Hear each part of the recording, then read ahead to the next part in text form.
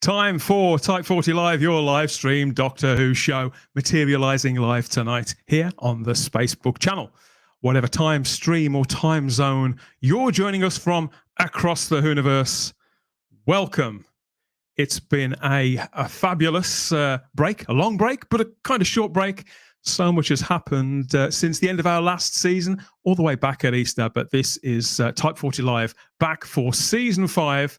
We've rested and recuperated, and we're partially plucked and resprayed, I suppose, to bring you Doctor Who content and conversation in real time here on YouTube in front of a live chat full of friends and companions just like you, and are now in podcast form too. Thanks for watching. Thanks for listening. I'm Dan Hadley, Birmingham's King of the Geeks, and you are... We'll find out who you are in a couple of minutes. I see the chat is filling up. Great to see.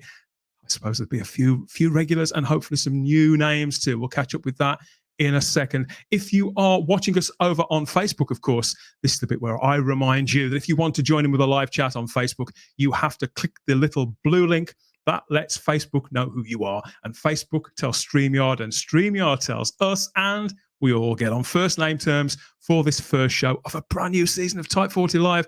Can't wait to get started. This is the place where the world's longest running science fiction and fantasy series meets good old-fashioned common sense. All views are encouraged, and we guarantee a few laughs and spectacles along the way.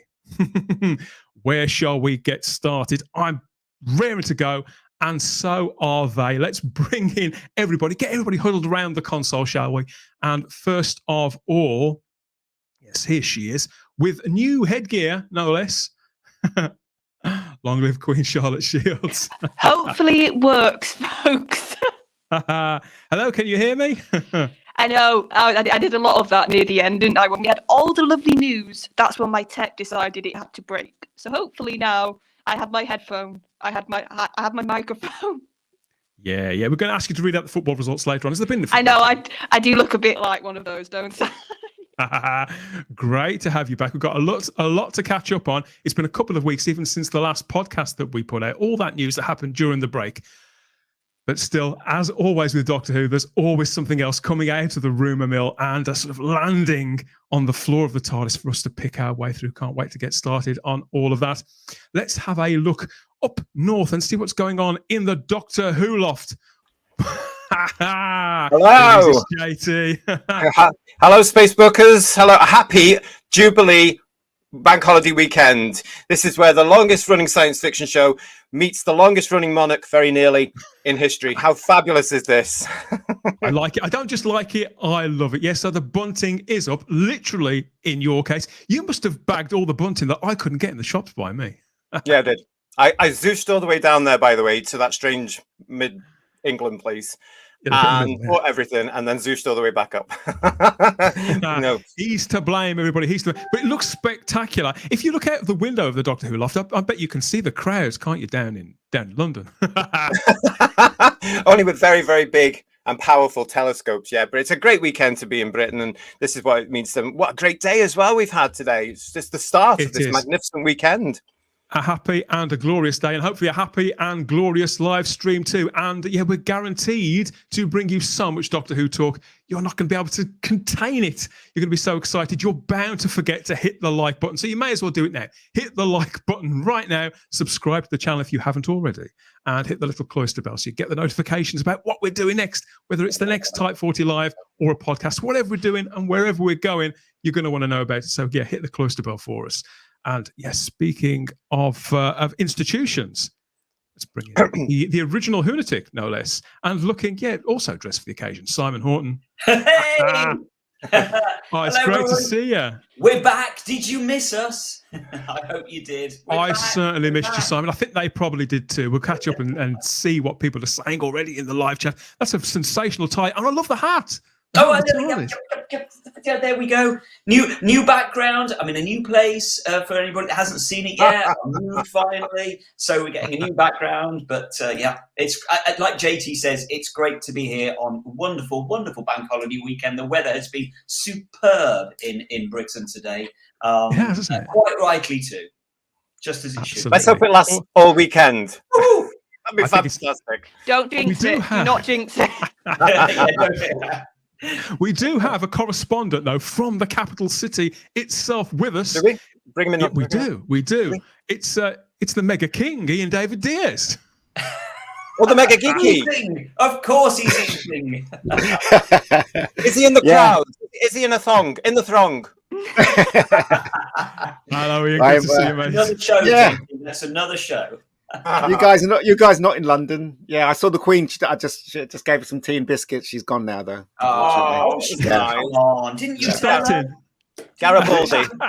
She had a bit of Jaffa cakes, and then now she's gone. Yeah, so there She you go. really? Should we have a look and see who we've torn away from the TV? Because obviously it's live at the moment, isn't it? The Jubilee. It's all started, 4 days worth of it. But I think there's several people have decided to come and watch us instead. The discerning people, of course. We have Dave. He travels through time on Channel 2, but he stopped Hello, in to Dave. say ahoy all, and so is Crimpling de Bloom. Welcome back, Crimpling. Good to see you, mate. Ahoy. Wendy from the Department of Wendology says another ahoy. Ahoy. We get what is all the nautical theme we get? I'm going to come as a sailor. That's what I'm going to do. I'm coming as a sailor boy next. No, that's another show again. We could all come dressed as a village people. Oh, come on. Bring it on. We've got it. You've thrown down the challenge now. I have to be the one with the mustache then, don't I? We've got to do that. I think I've still got the outfit. Thoth, he's back, says, hi, everyone, from my vacation. Hope everyone is well. I hope your vacation's going well, Lord Where's Thoth. he Good to been? see Where have you. you been, Lord Oh, I Thoth? think he's on vacation. I think Lord Thoth is on vacation. Oh, he's on vacation. is, yeah. Or holiday, as we say in the United Kingdom. We He's need to on know these holiday. things. Hello, Carol. Carol Jew says hello, all. Hello. And so does Philip King. Hi, everybody. A slightly cooler, casualer with his Minecraft icon there. Good to see you. Peter Harrington says, evening all, as the coppers used to say, and a veritable afternoon to you also. Evening all. There's Jack Jack. Thursby says, good evening. Good to see you there. And David Mullins here too. He's just lurking, but says evening anyway. It's very He's polite not of you, just David. lurking, because if you were just lurking, you wouldn't have said hello. There's Garbage. Hi, Garbage. Hello, garbage. Oh, my garbage as well. It's just so many faces, so many names. Great to see you all. It's The great to be back, Darren isn't it? Zone It's great says to be hello back. there. Series 5. Yeah. And an action-packed series it's going to be by the looks of things. This is it, isn't it? It's the big Evening, John. countdown because we're nearly halfway through 2022. Can you believe that? Halfway through 2022. And of course, next year's a big year for Doctor Who. So we'll be counting down to all of that over the next few weeks, few months, however long they let us get away with this. Basically, we're going to keep coming at you. Garbage says, I'm totally plucked. I'm glad to hear it. Well, that's another Yeah. show as well. Yeah, thank you, Carol, for your welcome. And yeah, it's good to see so many people lining up. We've got Vanessa Law here too. Hi there. Hello, good to see you, Vanessa. Vanessa. Hello.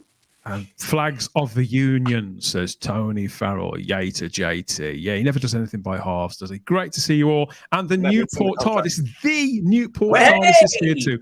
Materialised just for us. Great. Yeah, keep the comments coming. And just like Lord Thoth says, please like, share, subscribe, and hit the bell so you get the notifications about whatever it is we're up to in the console room next. So yeah, the last time we were together for Easter, it had gone quite quiet. I mean, the show wasn't quiet, was it, our Easter special?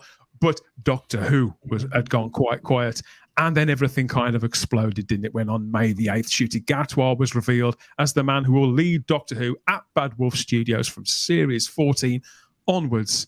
And the surprises, they didn't stop there, did they? So we rushed straight to the mics and the webcams, and we covered that in a couple of podcasts. It was breakneck stuff, wasn't it? They always seem to do these things when we go off on a break, don't they?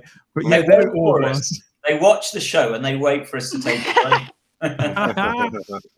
So perhaps it's going to go quiet from now, but perhaps not. We'll be keeping an eye out for all the speculation, because that's the fun, I think, of this community, Ian.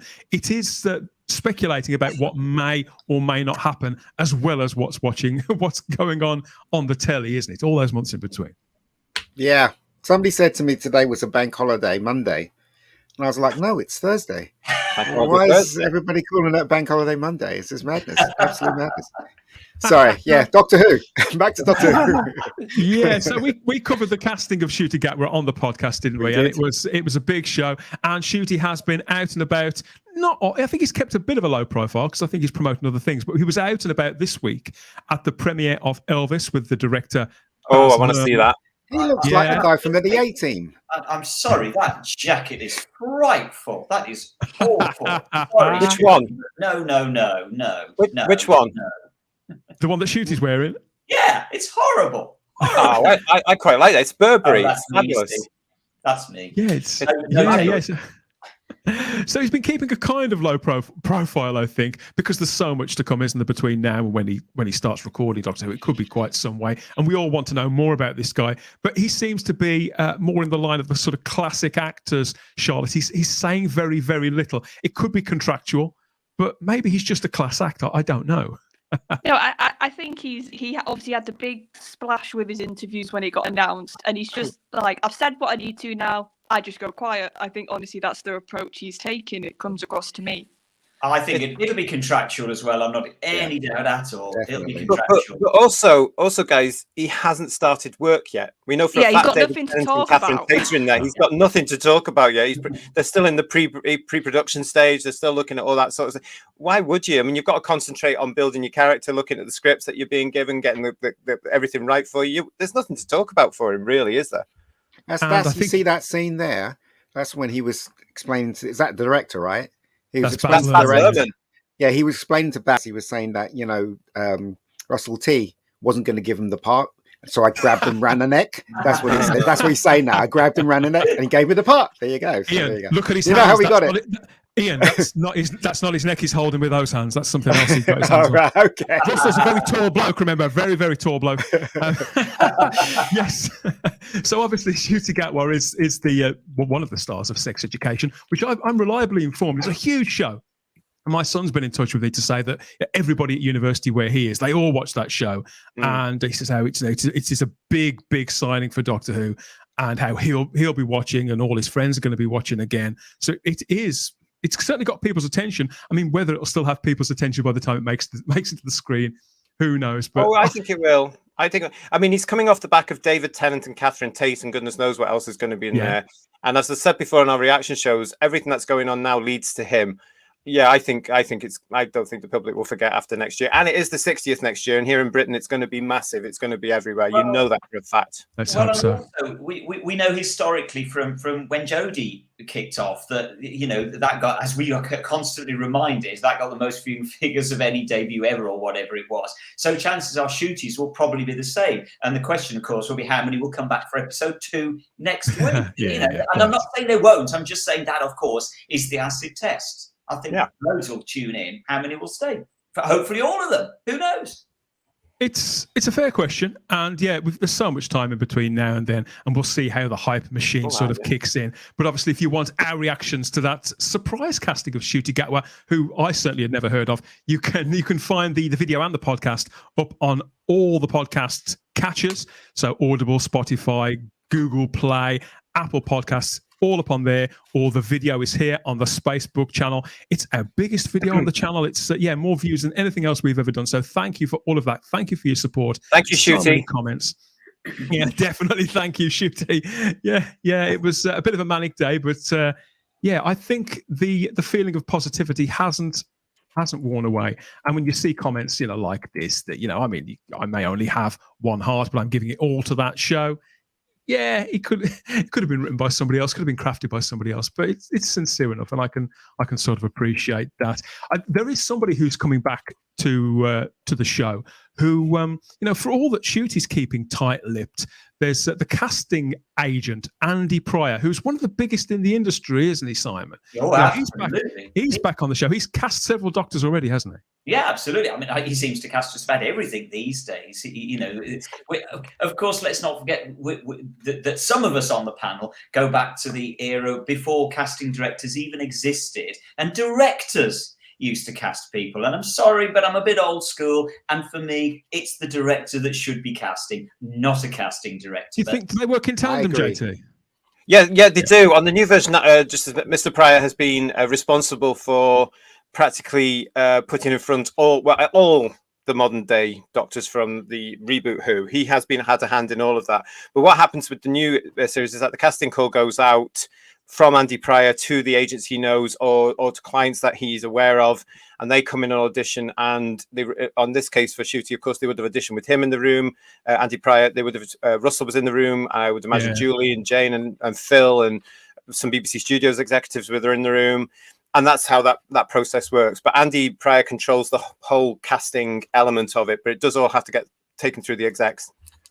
Well, he's absolutely chomping at the bit here to say more. He tweeted out this the other day, more excited about hashtag Doctor Who by the day. So many treats in store, and then rubbing it in with an emoji there that he knows something that we don't. So what's your instinct here? Do you think that we could have to wait for next year, like Russell T Davies said, until 2023? Or do you think more things are going to sort of plop out here and there? They're going to deliberately plop out things so that we can get excited over it, because if they're not doing that, they're not doing their job. They have to try and get us excited about this. Otherwise, if they don't, everybody's going to forget about it. So they will be dropping hints and maybe even creating rumours that's not true, like they did with Hugh Grant. Hugh Grant, so, they did, didn't they? He's lying. Russell T Davies, Russell, I remember I've spoken to somebody about this who knows Russell, and they say how everything that he says publicly when he goes out publicising the show, Charlotte, he says it in private too, that he believes that to keep the show being talked about, not just by the British public and in the media, but to make sure that it still gets talked about actually within the corridors of power at the BBC. So I think Russell, I don't think he even has to try somehow. He's just really enthusiastic about it. Yeah, and the difference is he's actually physically doing the teasing himself so far. He's the one on Instagram and some of these other things doing the little comments to people that people looked and went, oh God, does that mean we're going to get an announcement tomorrow? It was him who teased the Monday announcement on the Sunday. So we've also got a showrunner who is directly getting involved in the marketing, who's directly getting involved in the hype generation. So he's more than a showrunner, isn't he? Russell T is definitely known for Doctor Who. He's not, but what I'm saying is Russell's type of way of doing things isn't just to step back and let like the marketing people do it or the people in the BBC do it. Now we've got Bad Wolf behind it. We've got Russell directly getting involved. We'll probably have some of the other, I wouldn't be surprised if other Julie maybe later on down the line, she shows herself a bit more and gets a bit more involved. But it's lovely to see, like I said, that involvement again. And that sort of sense of we're anticipating. That's what I'm liking at the moment. There's actual anticipation again. I suppose, how can we get excited? How can the public, the collective, we get excited if the people who are putting it together don't appear to be visibly excited about the product that they're putting together, JT? I mean, that's not that difficult to work out, is it? Well, the British public are not excited about it at all. The fandom might be looking forward to what's going to be happening with Russell T Davies and Shooty and everybody like this, but the public aren't. Now, the public response to David Tennant and Catherine Tate was huge, and that was only made public because they were filming in Camden, one of the busiest areas in London, going. So there was no way you could hide the 2 or 3 days they were there filming. Now everything's behind closed doors again for that anniversary series episode, whatever it's going to be. So it's died down a wee bit, and that's logical because Russell has said, as we've said many times before, Russell has said that, well, currently Jodie Whittaker is still the Doctor, Chris Chibnall is still the gaffer, and that goes right through till November when their last episode is broadcast.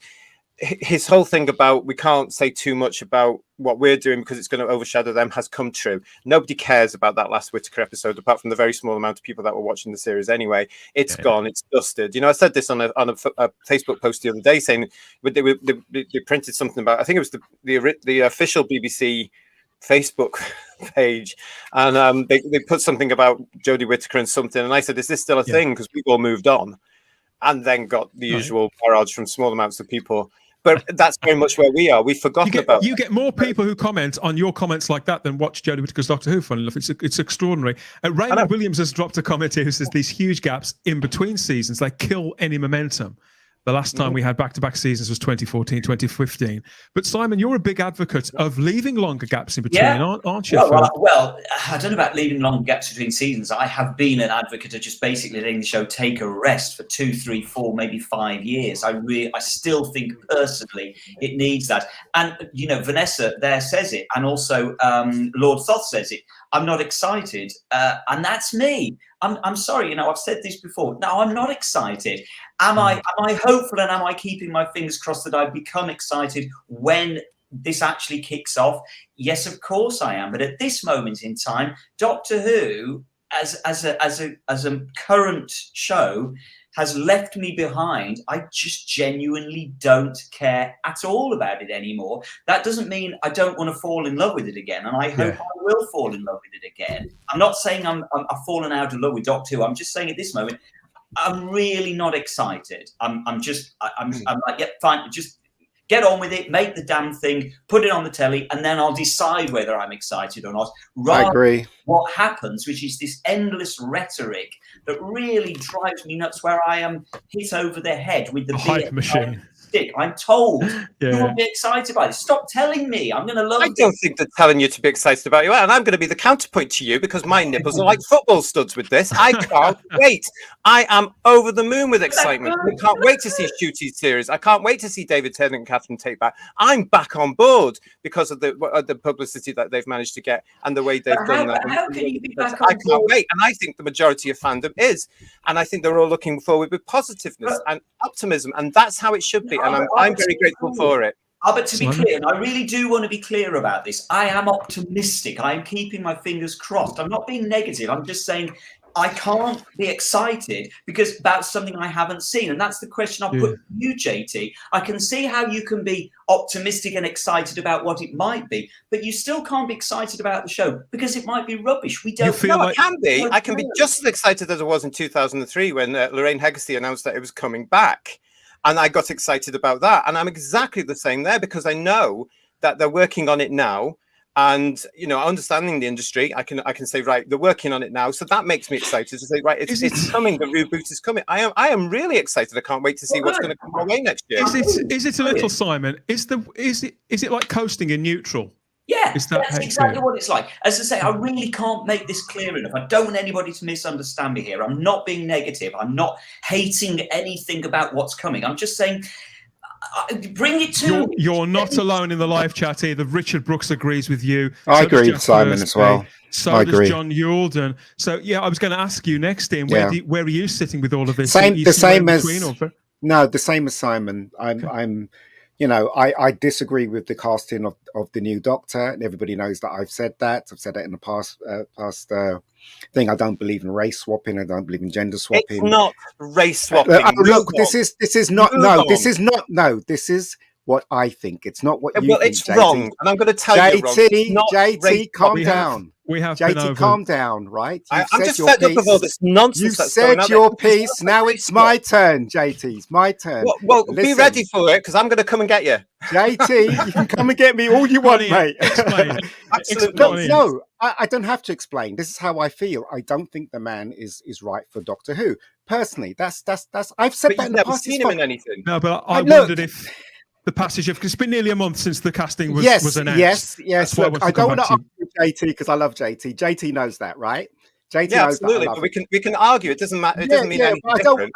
I don't want to argue. I am definitely on Simon's side. I don't think this guy is right personally, and I wait with bated breath. Yeah, I can't get excited on something that I think has been missed. I can't get excited about the Doctor that I think he's miscast. No, I understand. You know what I mean? So, and that's where I stand. I was tempted, Ian, to go and watch Sex Ed.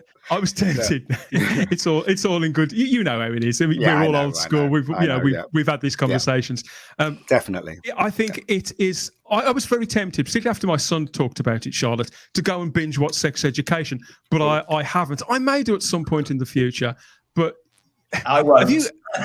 There's a lot of them, Dan. You'll need a very long weekend.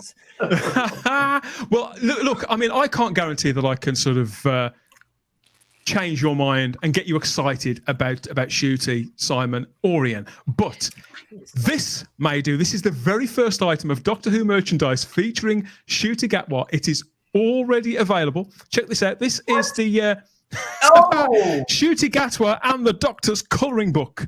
That's awful. All of them. This has just been... Great stuff. Would it surprise you to learn, Simon, this is unofficial merchandise? That's got to be the worst rendition of shooting. It does look a bit weird. It looks weird. The poor guy. So this was listed within about 2 weeks of Shooty's casting being announced. So you don't just get to colour in Shooty, but all the other doctors are in there too. Oh my God, this is awful. Awful. Dan, can you just click back one screen? Because there's a lot of these colouring books around, though. They're really tacky. Who is the person standing up on the right in the long scarf with the fuzzy hair? Who is that? That is clearly not It Tom looks Baker. like Miriam Margolyes from... That's what it is, Dan. Yeah, from Blackadder. And Who put this out then? Who put this out then? It'd be fans. Glenda Jackson there, dressed as Peter Capaldi.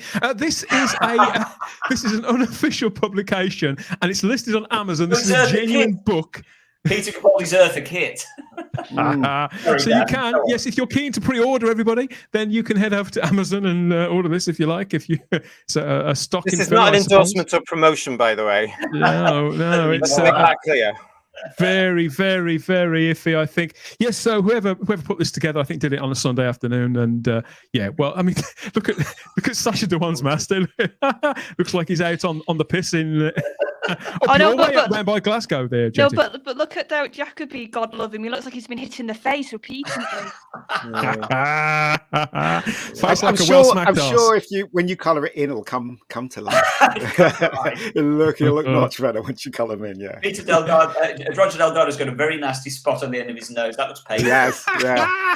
He's bursting. He's bursting. You know what I'm going to say, don't you? You don't get any of this on Radio Free Scarborough. All those places. So please, if you're enjoying the video so far, if you're enjoying Type 40 Live, please like the video, subscribe to the channel for more. We can inflict more of this stuff on you in the future. And hit the cloister bell to get those notifications. Is Matt Smith dancing on Tom's Jelly Babies? Is that a euphemism, Richard Brooks? Oh, he means the colouring book. Yeah. Well, maybe. Yeah. Jack's laughing at you there, Charlotte. Yes, I think people are rushing to put that on the old Christmas list there. So it's a public service that we're doing, keeping you up to date on everything Shooty Gatwa. I'm sure he would be delighted. I've got to say, I do love that jacket, the yellow. I know I criticised the Burberry jacket, which is hideous, but that yellow jacket, that's something else. I want that. I like that. So you would. It's good how he does that. He's a man who eats his ready break, I think. Yeah. Yep, he definitely is. He's got those rings as well. Don't get punched in the face with them. Oh God, yes. So who knows what the future is going to hold in store? But we will be all over it here. Whatever on the countdown. Whether you disagree, whether you agree with myself and JT, I'm pretty optimistic and hyped up for this too. Or whether you're more in line with Simon and Ian, or somewhere. I think Charlotte, you're somewhere in the middle, aren't you? No, I'm really excited. Oh, you are really excited too. You play it a lot cooler than I do. Yeah, so wherever you sit with all of this on those podcasts we did. Yeah, you were. Yeah, fair enough. Yes, so wherever you are with this, come and talk about it with us in the live chat or through our social media, Instagram and Twitter at Type40Doc2. And remember that the reason why we cover it all and the reason why we get together and talk about it and argue and bicker sometimes is all for the love of Who, and we'll be doing more of this throughout the year as we head into the 60th anniversary, sort of counting down, reminding each other and you guys what brought us together in the first place. Stay tuned for more of that. Yes, so I think it's time to get somewhat regal now and to look at today's events. Now, it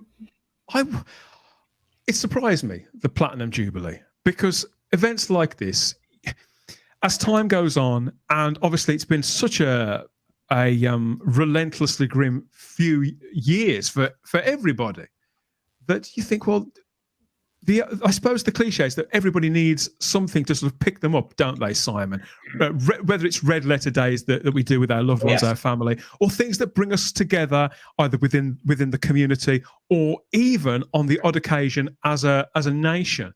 And I was a little cynical, I think, about whether the Platinum Jubilee would do that, and how this, because we're all sort of worn down. I mean, we're now in the midst of a cost of living crisis, without getting too political. So people do feel a little bit beaten down, and you do wonder, will people latch onto this as a reason to sort of to deck the walls with bunting, just as JT has, and to really sort of step into the occasion, or whether they'll just sort of celebrate it quietly or not celebrate it at all. But I'm happy to say that people do seem to really be enjoying it, throwing themselves into it, and kind of celebrating not just Her Royal Highness Queen Elizabeth II, but being British too, I think.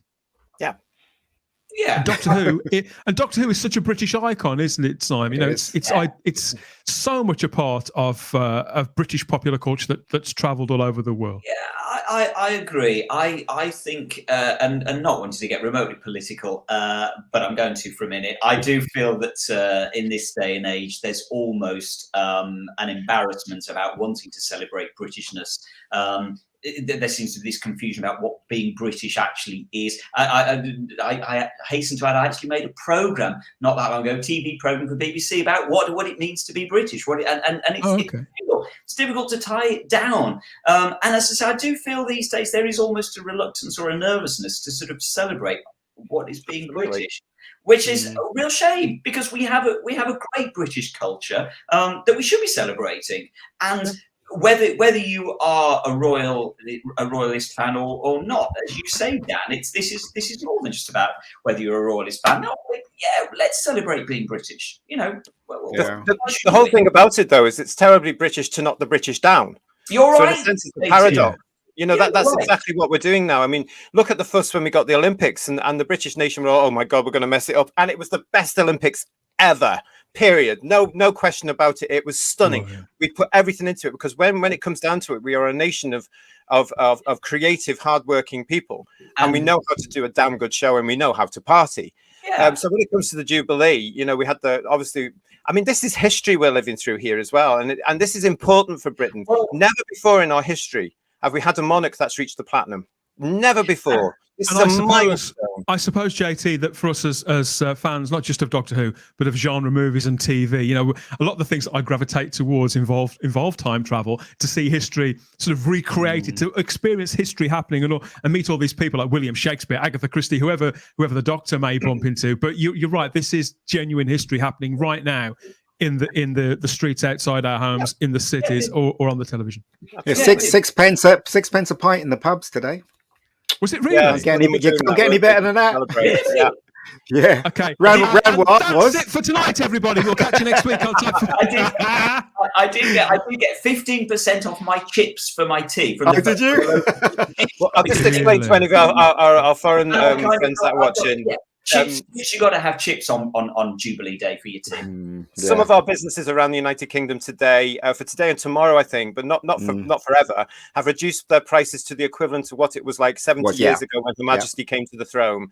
So therefore, it could be 6p for a pint of lager, or it could be whatever for your fish and chips or something like that, and it's just that little bit of fun. And to do that right now, when that is going to lose an awful lot of money for those businesses, is part of what being British is about. It's a part of them actually, tipping the hat and saying, "Here we go, let's celebrate." And the thing, and I can see, Dan, you just brought this comment from Vanessa. We feel the same over here, Sam. Yeah, Vanessa's in the States, as far as I know. I'm right, aren't I? And let's be honest, the reason some of the people here are from the States is because they love the Britishness of Doctor Who. And how many times has it been said? Oh, Doctor Who is a very British program. It is, and the people, and it should celebrate that and hold on to it. Absolutely. Well, we get people just like Carol Jude in the chat on YouTube here, Simon, who says, "I've always been an Anglophile." And I curse the A lot of Americans say that. But yeah, I think a lot of our viewers and listeners do too, because we do have a lot of Americans. Here. Chances are, if you're an American and you are here watching this, it's because you're going to love Britain and stuff to do with Britain. And Doctor Who, absolutely quintessentially is a very British show and has always remained that. And I still maintain this, even controversially. I think it retained its Britishness in the Paul McGann movie. Okay, it was a bit of a I would say there was a bit of a tussle going on there, a tug of war, if you like. I didn't know where it wanted to be because of all the factors that were involved with it. Yeah, correct. But I think still, to give it its due, it does hold on to its Britishness. Let's be honest, it did cast a British actor, and it so easily could not have.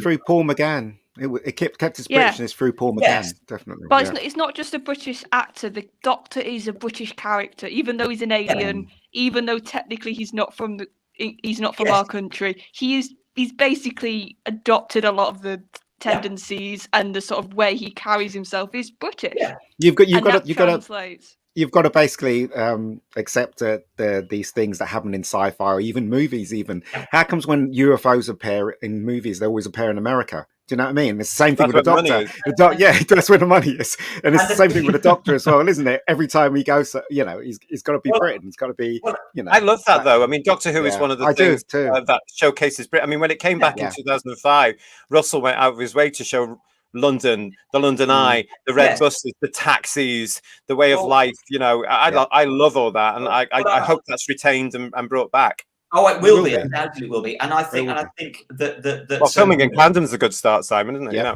Yeah, God, yeah.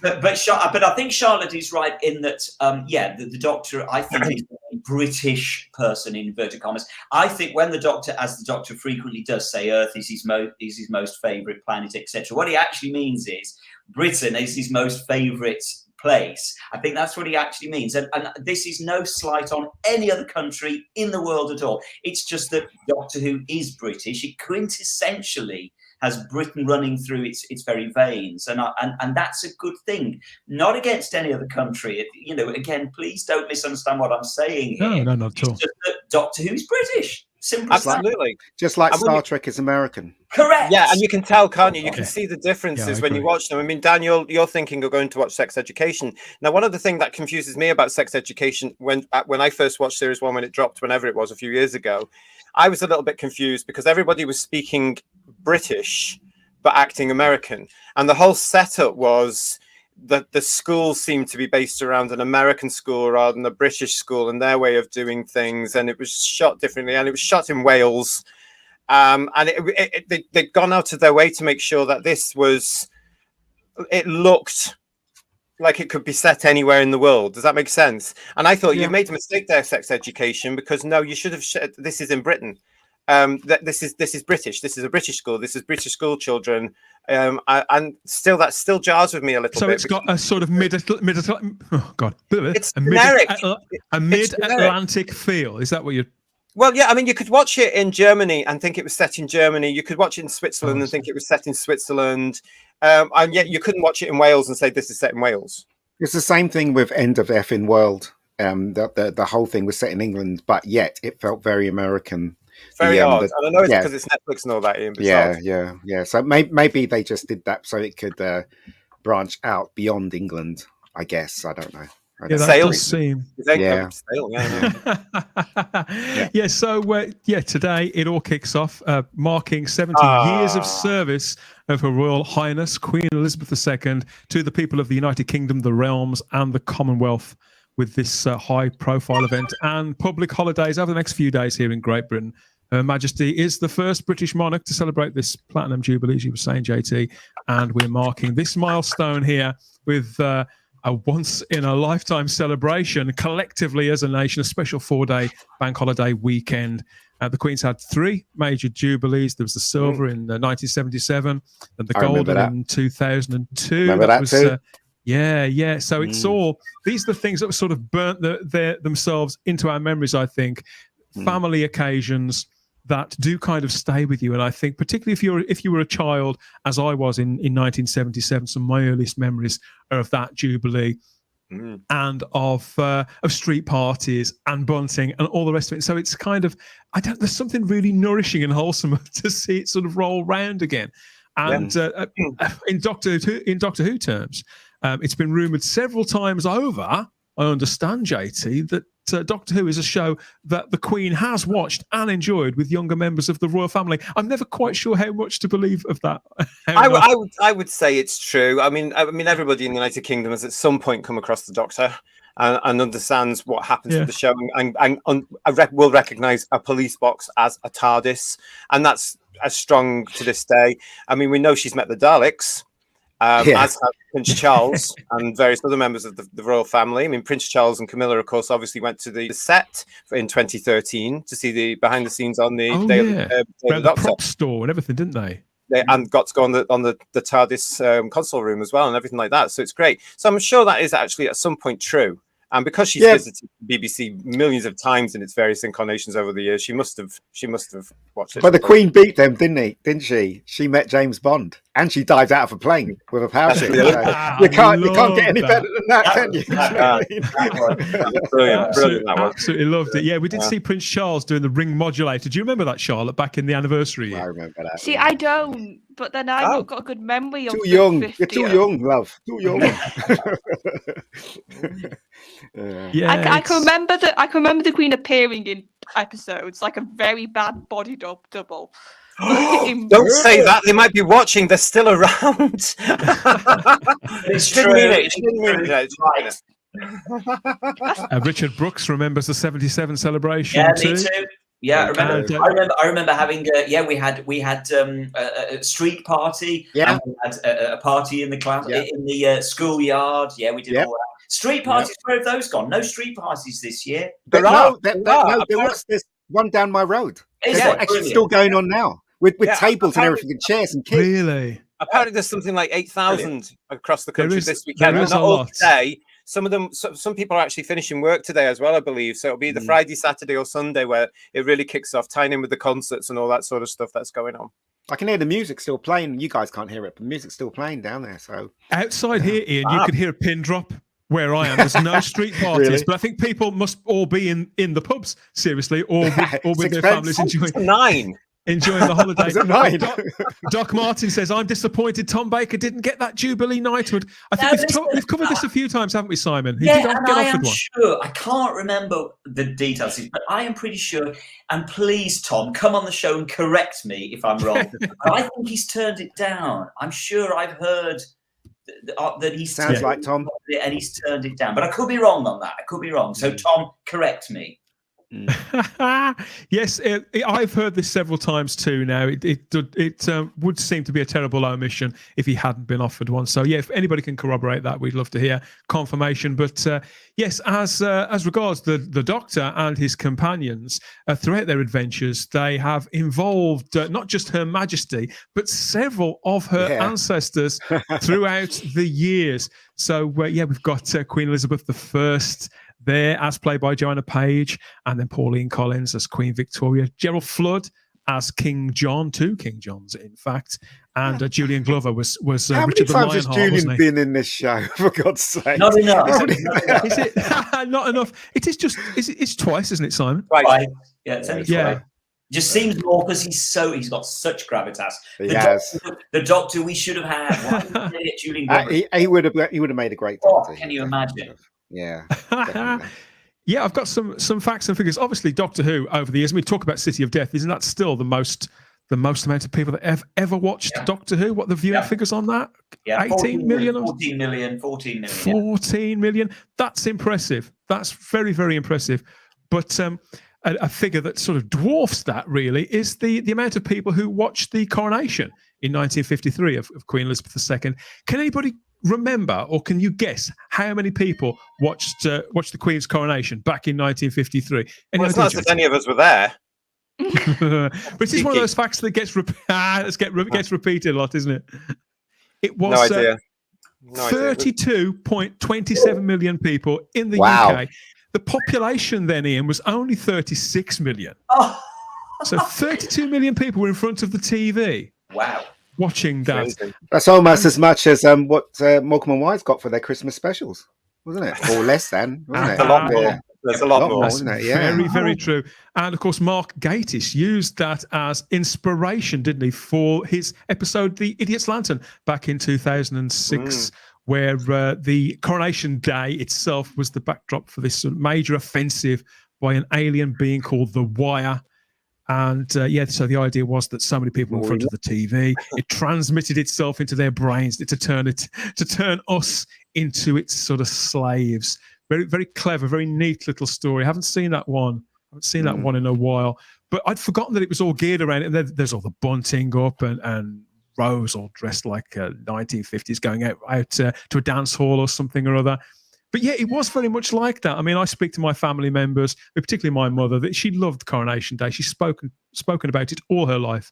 But my grandparents used to talk about it as well. And they described it as, yeah, literally, because televisions, they were still a kind of luxury item, I think, weren't they, JT? Oh, absolutely. I mean, the stories that we get told from people that were there, like our parents and our grandparents, they would all crowd round the television in the one room. The neighbours would come round because, you know, they were so rare, they were so expensive, and it was really the coronation that kickstart the BBC really when it came to television and televisions at home. And up until the 80s, British families were still renting televisions. You know. Yeah. Well, yeah. I mean, I still remember rediffusion. And, so do I. Where you used to get Rumbelows. Crimply the Balloon says, my mum didn't watch. She went to play with her friends outside. Do you mean today or back on Coronation Day? Yeah.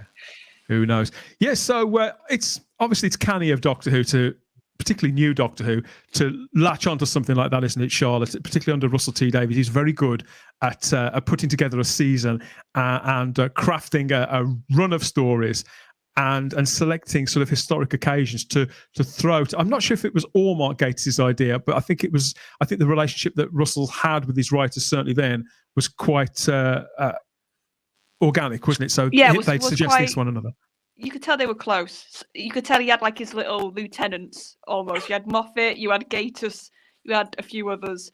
And I can remember what I loved about Idiot's Lantern is it just got that feel of that time in British history. The way the people dressed, the way they spoke, even the father, like the whole scene when Rose tells him off for not having the bunting right in the house and stuff like that. It's just pure Britishness. Yeah. And like you said, even the whole plot point was, oh, why has everybody got a television? That's what Rose worked out, and that's how they worked out something was wrong. Because like you said, it wasn't like that. So he actually used that historic fact as a plot point, which is really clever. Another historic fact I've got here is that the Queen's coronation white satin dress was designed by British fashion designer Norman Hartnell, who I'm informed is no relation. Oh, it's no relation. No. What a Mr. Hartnell designed the majority of Her Majesty's outfits.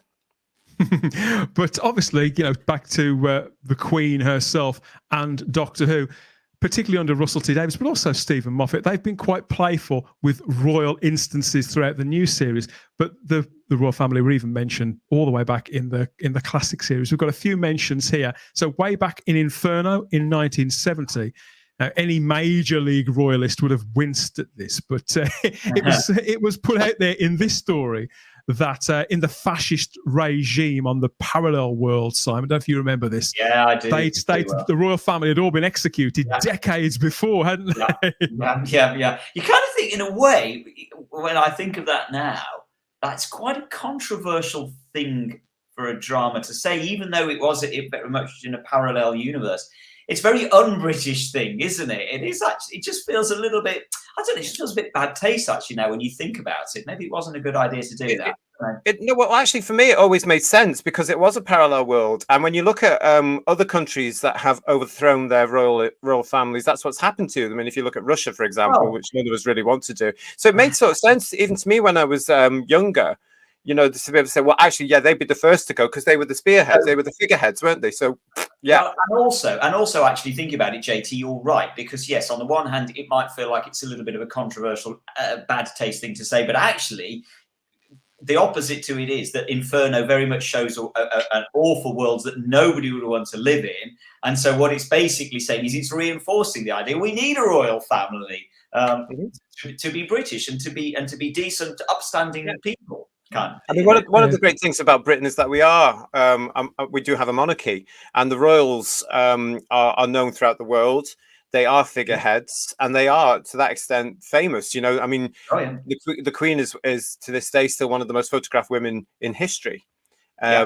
and you know, it's historic today because you saw them the Queen with her heir and his heir and his heir. So you've got I noticed. That again is history. That's never happened Legacy. before ever. So that's how powerful the institution is. Yeah. Obviously, there's several moments in the new series, in particular, where we see Wilf sitting down to watch the Queen's speech in the end of time there, and there was a moment in Turn Left as well, where again the royal family had all been killed in a off screen at an earlier date. But I think my favourite is in the Christmas Invasion, where Harriet Jones announces, doesn't she, to the viewing public, she's got to do the Queen's speech that year, because where's the Queen's not there, is she, Charlotte? Where is the Queen? Can you remember? I can't remember, but hasn't she been put somewhere for safety? Yeah. No, she's on the roof. No, she's on the roof. Because the Sycorax, they're doing the blood control gambit, aren't they? And so the royal family are up on the roof of Buckingham Palace. Yeah, it's just a nice touch. Very, very playful. I think Russell was playful with it, but he was respectful. He was respectful too. Well, absolutely he was. And again, that whole twist, I mean, there's little things there. I mean, you mentioned the fact that in Turn Left, the royal family have been killed, but they were killed when the Titanic crashed into Buckingham Palace. Right. Big plot point there. Ties everything together. And I mean, in the Tom Baker story, the first Tom Baker story, Robot, the Doctor, after he defeats the giant robot, he gets invited to tea at Buckingham Palace, doesn't he? He politely declines and sends the Brigadier instead. That's right. And there's that beautiful line from Nick Courtney at the end, isn't there? I'll tell them you'll be late. A bit late. Brilliant, and that's just a Doctor Who line. Great. Yeah, it's very, very Doctor Who that the Doctor, he doesn't say something sort of dismissive or nasty or barbed in any way. He just politely declines. It's not really what he's into. I think my favourite, and a few people have mentioned it in the YouTube chat. My favourite, of course, is from the Peter Davison era, Ian. And the timey-wimey season 20 story, Mordred Undead, where we see characters, particularly Tegan, she sort of flits between 1983, when the story's mostly set, and 1977, right at the height of the Queen's Silver Jubilee there. And they go to great lengths there to recapture it, a couple of T-shirts, a bit of bunting. Well, the budget was low then, wasn't it? So very low. That's that story's from a time before we had such stupid, childish remarks like timey-wimey. But also, I mean, to be honest, just looking at that picture now, that does look like the party that we had in my schoolyard in 1970. It's not that far off. It's about right. That was brilliant, though, wasn't it? Looking at that picture, the hats you've got behind you, we all had those plastic hats because they were really trendy in the 70s. So we all had them, and we had windows. We had window competitions who could dress their window better. All this wonderful stuff, and the tables went for miles, didn't it? It seems as a kid. And we used to have ice cream and jelly. Do you remember those little cardboard things they used to put the jelly in? There's so much going on. Happy. Mordred Undead. And it's nice to know that we're still doing it today, and that the kids, because the youngsters that are getting to see this Platinum Jubilee won't appreciate that they're at this Platinum Jubilee, because it's not going to happen again. Let's be very factual. This is not going to happen, and if it does, it's not going to be in our lifetime. So this is hugely important. But these kids are going to remember this for that for picture all their there days. On the left. That fills me with such joy. Because that era of Doctor Who was just amazing to me personally. That was the 20th anniversary season as well, so that was a special season, really. It meant the world to me, and that story is one I watch a lot. It's a big favourite of mine, Charlotte Mordred Undead. And it is. I don't like using the expression timey-wimey because I know it winds JT up, but it does really sum up. It does really sum up Mordred Undead, and one of the reasons why I liked it. No, not yet. I love his costume. I fell in love when I immediately saw Peter Davison's costume. I just fell in love with it. I said, "This is perfect, absolutely perfect." But oh, you're a fan, are you? Well, I love the reason why I liked it so much, Ian. I mean, that was my era anyway, and my Doctor. But I was very, very young. I was like 9, something like that. And so for me, 1977 at that time seemed like so long ago. Because I could remember the Silver Jubilee, and I was just at that right age where I could. To me, that 6 years seemed like 20 years. And the badge that I'm wearing tonight is the badge that I was bought by my mother. When I was under 4 years old. This is an authentic Jubilee badge there with the Queen's face on. In fact, I've got this on screen too. Rosie is modelling it for me. This is the badge. No. Thank you, Rosie. So Yeah, she's I she's back vaguely on remember duty. them. That I is- had one of them. that is- The school gave it out for free. Didn't They the gave schools us- also give us yeah. a mug and a coin? I've got a coin Yes. I somewhere. think you're right. Yeah. Yes, they did. Yeah, I vaguely remember the badge. Yeah. Yeah, Raymond Williams says, same here. Ian and I became a fanatic during the Davison years.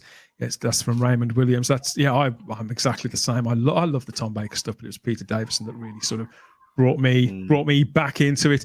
Vanessa has mentioned no comment about the Titanic. Of course, there's a comment about the Titanic.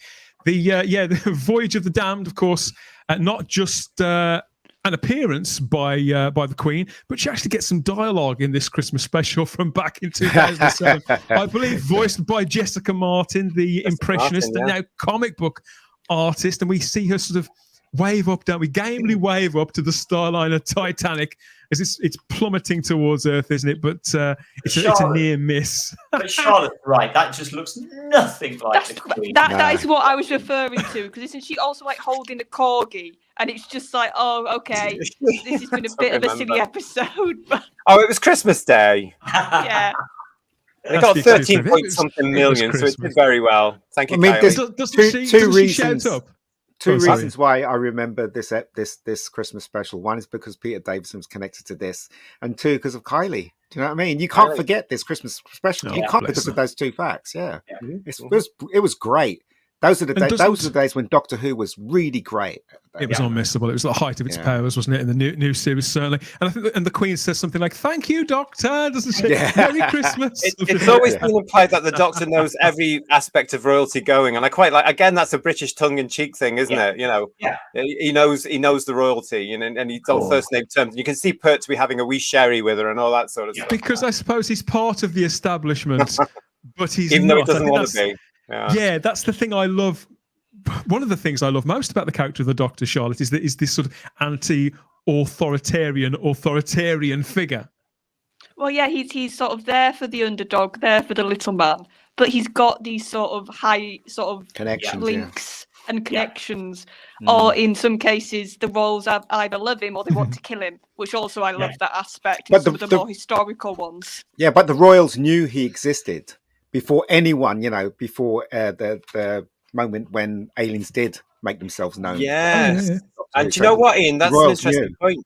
Because I don't know if you've got there yet, but Discovery of Witches does that as well, which is another Yes. Bad Wolf production that I've spoken about on this show before. Yeah. Beautiful. And the Queen Elizabeth I is aware of vampires and warlocks Yeah. and Oh, witches. And I sometimes I think, I wonder where they got that from. Yeah. I suppose if that scene is quite well remembered, this one is absolutely notorious from Silver Nemesis back in grief. 1988. So in this, I know this is your favourite Doctor, Sylvester McCoy's seventh Doctor, Ian. This is the time the Doctor, he let himself into the royal residence areas of Windsor Castle back in 1988 for the show's silver anniversary episode. And there he comes across the Queen walking her corgis. He doesn't recognise her at first before, the penny He's been drops. around a bit. He knows a lot of people. It'll take him a few minutes to say, where am I? Who's that? It's very goofy, but glorious, isn't it, Simon? Again, it just looks nothing like the Queen. I'm sorry. It just doesn't look remotely like the Queen. No, They did try and get her. They did try and get her, didn't they? Yeah, well, I don't know. No. Again, please correct me, somebody, if I'm wrong in this. I seem to they did try and get the Queen, but I seem to remember that there was at this particular time in Britain there was kind of an official Queen impersonator that appeared in all programs as the Queen, and I seem to remember that she was quite put out that she was not asked to do this. And again, please, somebody correct me if I'm wrong. No, that's true. absolutely right. John went for the lady that's there, whose name I can't remember. I think it was Jeanette Charles. That's the original. Jeanette Charles, you can that's correct me it. if I'm wrong on that one. I think that she was the one that was well known. She's the one that's on most of the things and in the Bond films and all that. Was she double booked, JT? I wouldn't like to say what may have happened because I don't know actually. But I did hear something. I do know that John did approach Prince Edward to take part in this, and they respectfully declined the offer because Edward was working in show business at the time, and John being John thought that would be a great hoot. and thought that would be a scoop and lots of publicity. And Edward, as far as I'm aware, would have been playing the bit that the Queen plays in that, where he's just walking down or something like, and interact with the Doctor. Because at this point, Edward was working with. He was very much into acting, wasn't he? He was working with. He was working with Andrew Lloyd Webber. He set up a production company for a little while, didn't he? He did, yeah. That's why I'm surprised that the Queen actually appeared in that Olympics thing. She actually appeared in it. It wasn't someone. Yeah, the James Bond. That's why I was really surprised. Well, it was so big. I mean, the Olympics was so big for Britain, and who else would you look to? I mean, they look for. I mean, at one point, I don't know if you know, but in the live show that was going on, where we had the Spice Girls, we had the Beatles medal, and we had everything that's brilliant about Britain, the celebration of our NHS. And the TARDIS was heard. The TARDIS was never seen. Oh, and the Doctor Who music was just in. And again, it was putting the show's importance in our culture. Yeah, but I still felt cheated by that, JT, because I really thought that the TARDIS should appear. There should have been a Doctor Who reference, proper visual Doctor Who reference within the London Olympics, the 2012 Olympics. Well, they had Mr. Bean, didn't they? But they never had Doctor Who. So. Yeah, there you go. I wonder why they didn't do that. Maybe they couldn't get the props down there big enough. I don't know. Could have been wrong again. Stop me! I'm doing lots of these tonight, but I think I'm right in saying that I think it was plans to go in. I think it was something that was removed at sort of the last minute for timing or something like that. I think Several people have remarked everything. Several people have remarked how the Queen in Silver Nemesis looks a bit more like Princess Anne.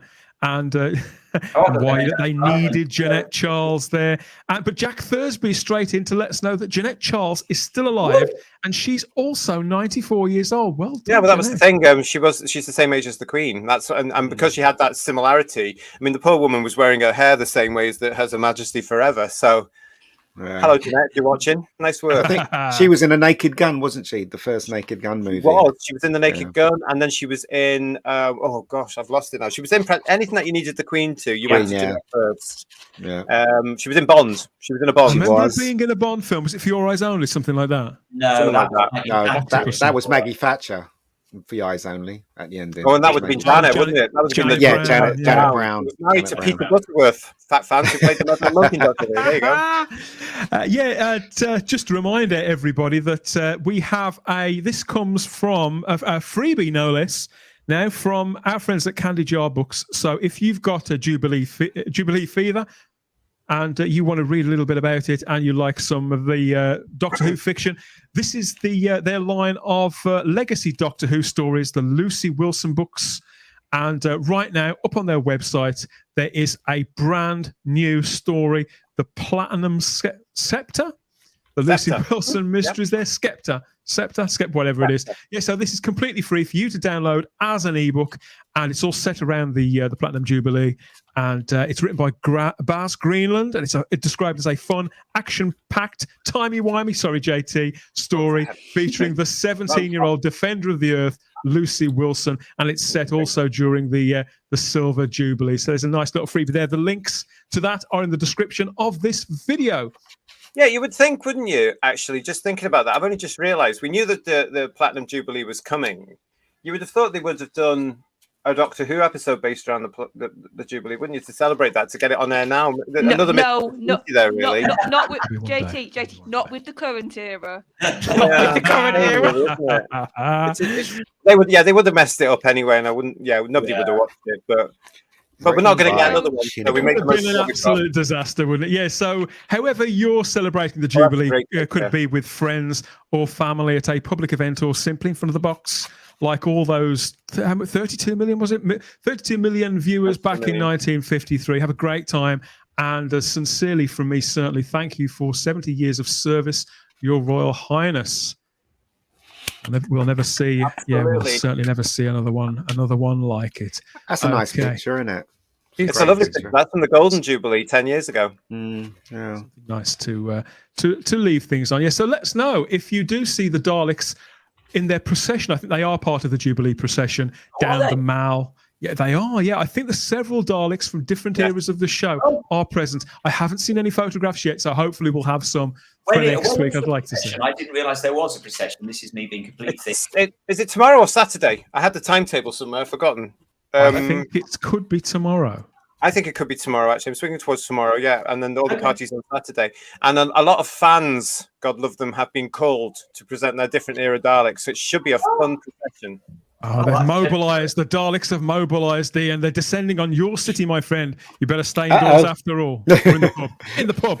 In the pub. 6 pence a All right, pint. the Queen said to keep them in control. She'll tell them what's what. Yeah, exactly. Exactly. Let's see what people are saying in the chat. Yeah, Garbage says apparently there are Daleks appearing. Yes. Excellent. Wouldn't it be great if they unveiled a new one as part of the Jubilee? Well, there's got to be red, white, and blue one. Sure, got to do red. And people correcting my pronunciation there. It's pronounced scepter. There we are. And talking about there's a what else? Oh, there was a mere hint of the Doctor Who music in that Olympic special. People saying what you were saying there about why didn't they include the Doctor Who in the Olympics that year? Well, I can remember one New Year fireworks. It was really prominent, and they had like the Doctor Who music, and they even made the TARDIS out of some of the fireworks. I can't remember what year that was. It was 2013.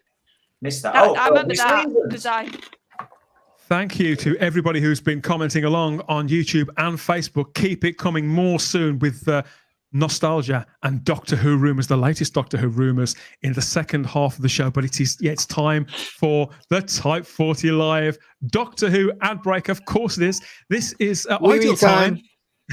Ideal time for you to go and point Percy at the porcelain, just like Ian's going to. Or maybe go and... It's a Jubilee show. Come on. Sorry, I'm letting the side down, aren't I? Sorry, Your Majesty. Sorry. I'm sorry, Your Majesty.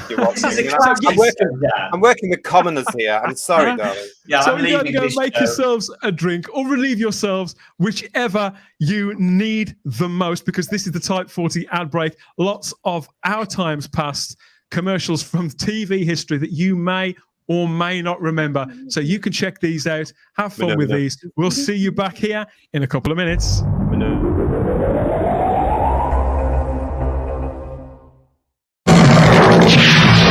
Exterminate.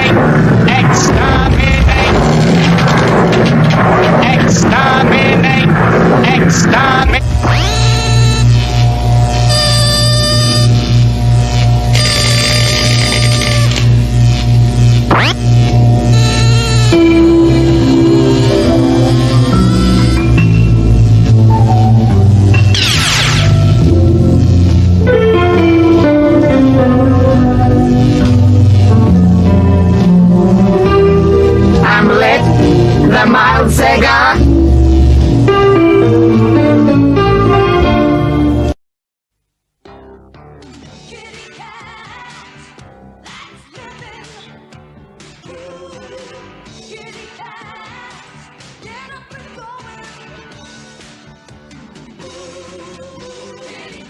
Kitty Cat Supreme, high in protein.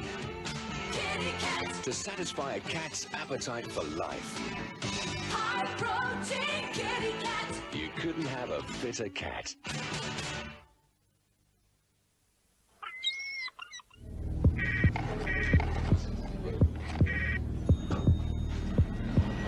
Frustrating, isn't it? When you need an any-purpose loan but don't know who to talk to about unlocking the capital tied up in your property.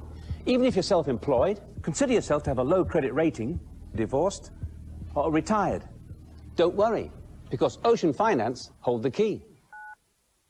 Call 0800 858 858 and Ocean could help you. Ocean loans can be used for any purpose, and all circumstances will be considered. You may wish to improve your home, or buy a newer car, or simply consolidate all your existing debts into just one manageable monthly payment. There are no interviews, no arrangement fees, and no salesperson will call. So for that homeowner loan, call now. You'll be under no obligation, and you could secure the loan you need. Call Ocean Finance now on 0800 858 858. That's 0800 858 858. And next tonight at 7, the Geeks, followed at 7, followed at 7, so proper time and so The revolution has started, the TV revolution. It's called Home Choice. With Home Choice, there is no programme schedule. Home Choice lets me watch exactly what I want from a huge selection of TV programmes, music videos and films, exactly when I want. I've seized control. So can you. Right, that's it. I'm calling security. What's your name? Don't tell him, Steve. Ow!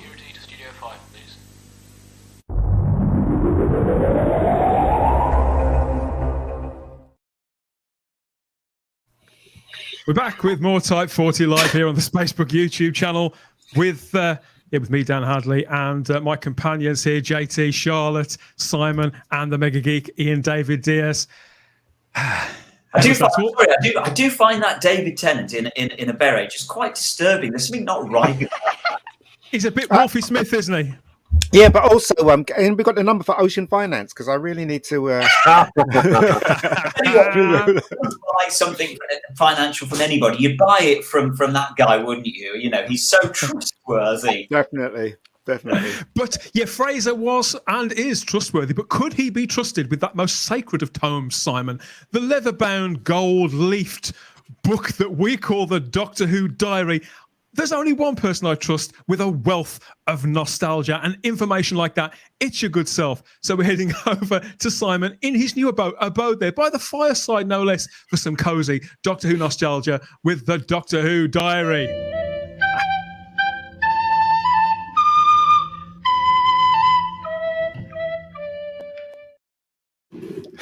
Yeah, well, yes, absolutely. Well, there's not a great deal sort of Jubilee or Queen orientated, sadly, about this week's diary. But anyway, here we go.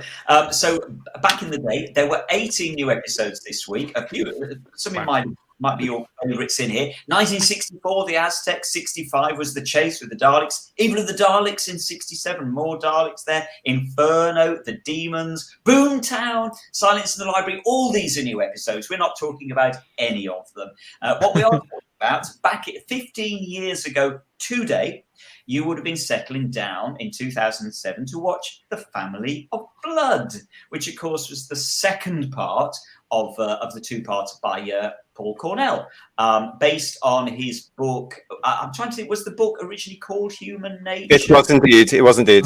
Yeah, that's what I thought. I've never read the book. Have you read it, JT? I don't know how close the book. Yes, I read it. I read it when it was published back in the day. It's parallel. It's parallel to it. It's not a bad representation. There are obviously things that you have to change for television and for 2 45-minute episodes, but yeah, not bad at all.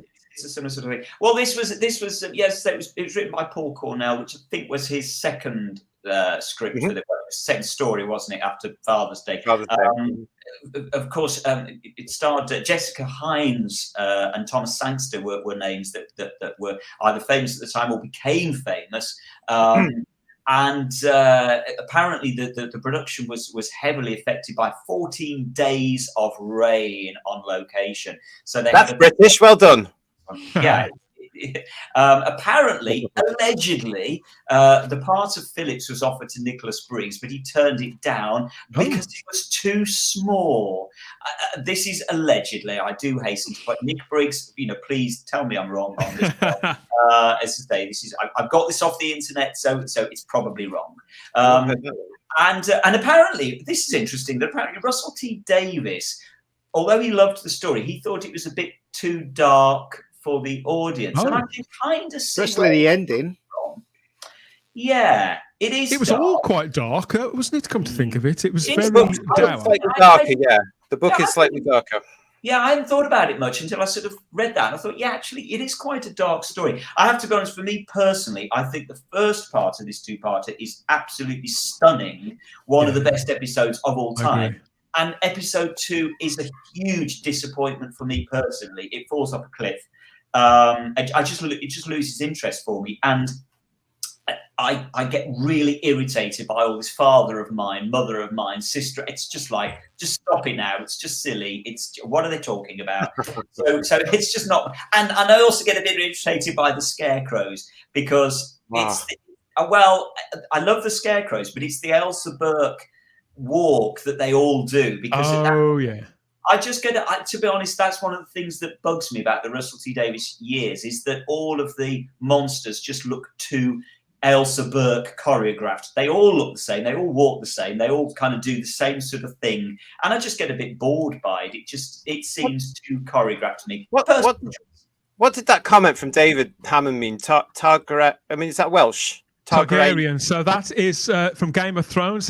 Harry Lloyd played the Oh, Targaryen yes. brother in Game of Thrones. I know who you mean. JT, the child who gets the fob watch.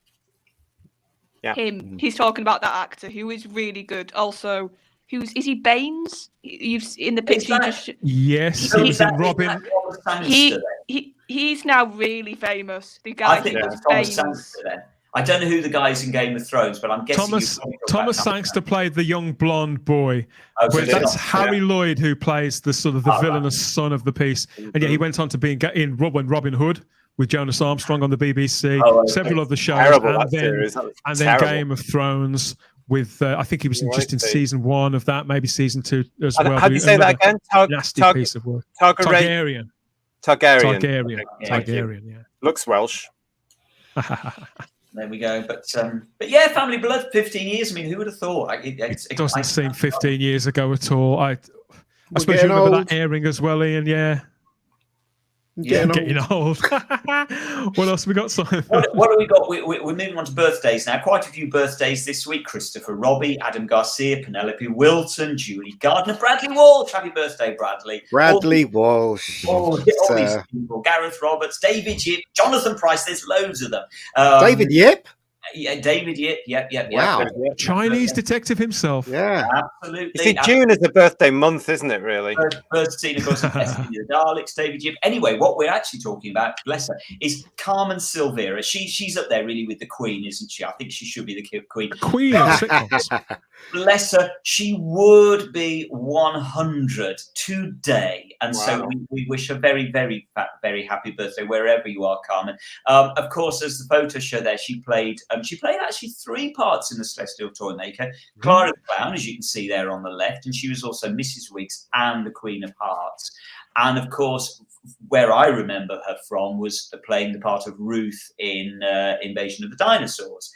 Bless her, that one of the misguided people who were wanting to take us all back to Operation Golden Age. And she's just one of those actresses again that they are a breeze that are no longer with us. I feel that like Mary Morris, she was so idiosyncratic, and so charismatic too.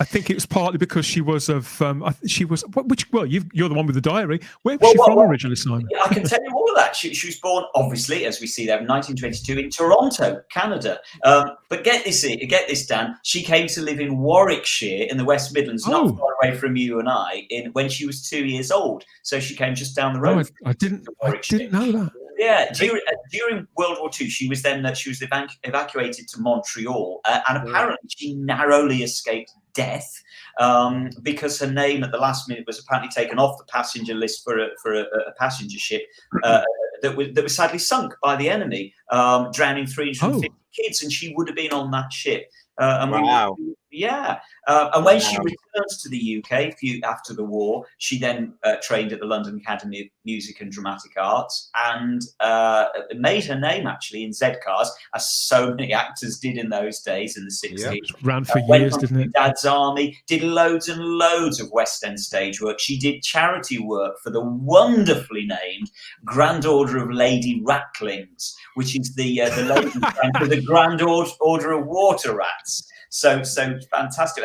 And bless her, she lived her final years out at Denville Hall, which of course is the retirement home for actors that is sponsored and supported by Lalla Ward. So that's where she finally, bless her, died there in 2002, aged 80. But let's not forget, of course, that she is most famously known as Edith Artois, the wife of Renee, in all 9 seasons, 85 episodes of She was funny. Good God. She's one of those faces that had been on TV for years and years and years. Absolutely. And that's what we remember her for this character. Well, again, I mean, we're talking about what makes Britain as part of this Jubilee special show of Type 40 Live, and Hello is again a pinnacle of British television because it shows our humour in a very dire worldwide conflict, World War II, Still something Good funny, morning. everybody. I was pissing by your shop. Yeah. It's all the greatest respect again, isn't it? Although in a way we're poking fun at the French. Really, we were poking fun at ourselves. Really, We're Yeah, poking yeah. fun at everyone. Only the British can make the Nazis funny. Yeah. And we've the done French- it time the and French time loved and it. time again. Well, the French, they had to change certain things for the French, didn't they? As I was Changed told. everything for the French. I think But they it always did, used to make me laugh when that policeman used to say, "I was pissing by your shop today." I we just crack up with laughter. It's And absolutely they'd always say hilarious. to him, "Stop trying to speak French." Yeah. Very British, because we're not that good. but it is funny because I say Carmen Silvira is one of those people that you kind of forget that yes, she was in Doctor Who, and yet she was this huge star. She's a in big Britain. star. Hello. Yeah, she was. Yeah, fabulous. Definitely. Fabulous. They don't make telly like that anymore because they're too frightened. And It's they don't true. make- That is What very did- true. I was going to say they don't make character actresses like her anymore. Maybe they do, but I don't think that actors get a chance to prove it in the way that they used to, because comedy is virtually dead. I mean, sitcoms in particular, it's a sad state of affairs. Absolutely. You What's can't say happening with anything. sitcoms? Yeah, I think it's more than that. I do think it's a case that just character actors are a dying, if not less than a dead breed. You just, it doesn't happen anymore. You don't get it, because I think, for better or worse, and I think it's for worse, actors these days tend to want the fame rather than the work.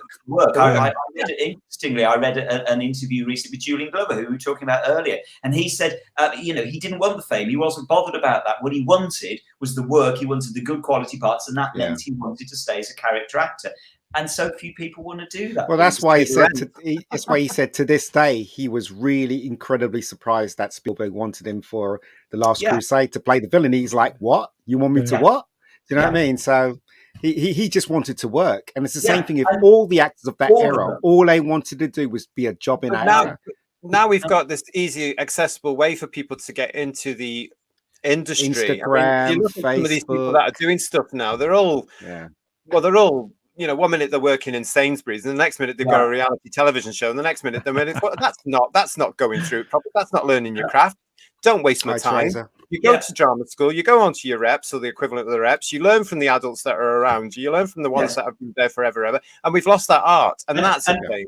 And I think Peter is right here in what he says. It's the rep system has gone, and so it's right anymore. And so I think Carmen Silvira, she is dying, if not a dead breed, and I just think it's a shame. That's where she learned her craft through stage, and most actors in this country learn through stage. And it's very different. You're in front of a live audience. You have to get those lines right. Do you know what I mean? In the play, and that's where the discipline comes from. Today, other actors, they don't go through that, and it's a very very different way of acting. So it's shocking though. I mean, the beauty of the reps were, for anybody that doesn't know, you were put into basically a gang of people, a repertory where you worked with the same people for years, really, and you would do different shows. But in each show was a different script. So you were given a different character, and because there were only 8 or 9 or 10 of you in that rep, you would have to play different characters. Hence the term, being able to be a character actor, because you would learn how to play. Like Liz Sladen, for example, learned a hell of a lot of what she was doing there, because 1 minute she was playing a 19-year-old, and the next week she'd be playing a 90-year-old.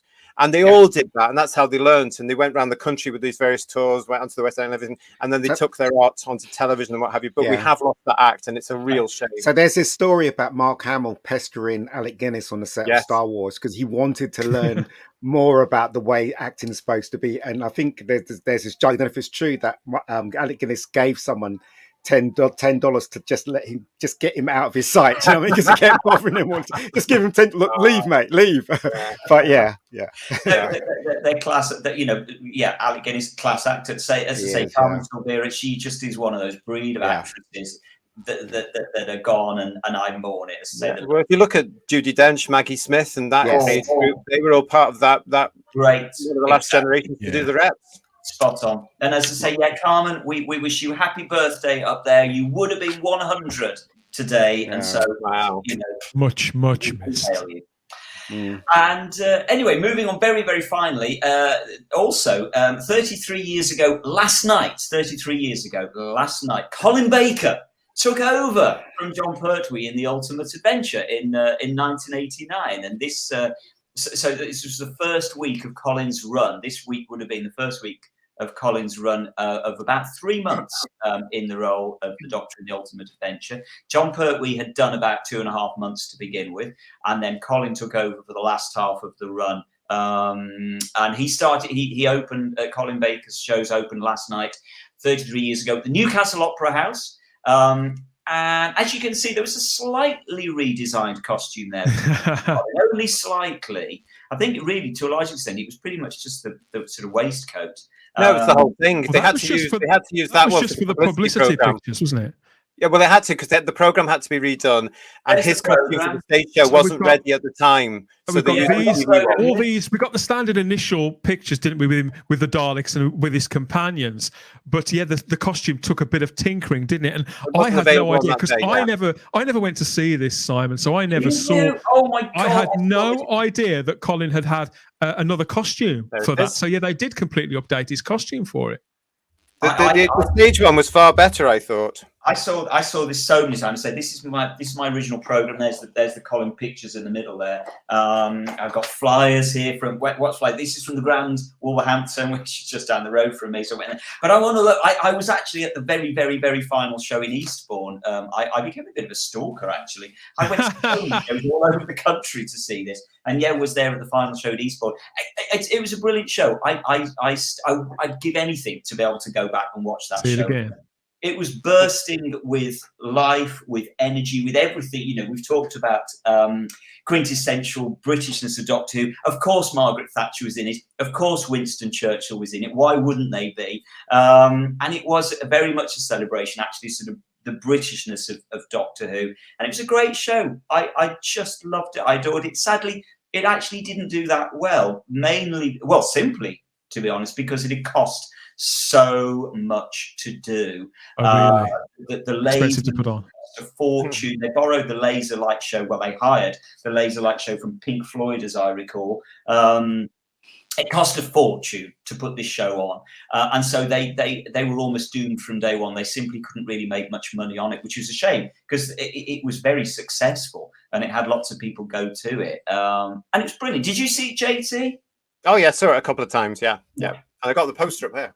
Oh, there you. Of course you had. Ian, did you see it? Nope. Nope. I'm so sad I missed out on that. But Dan, did you not see either, Colin or John?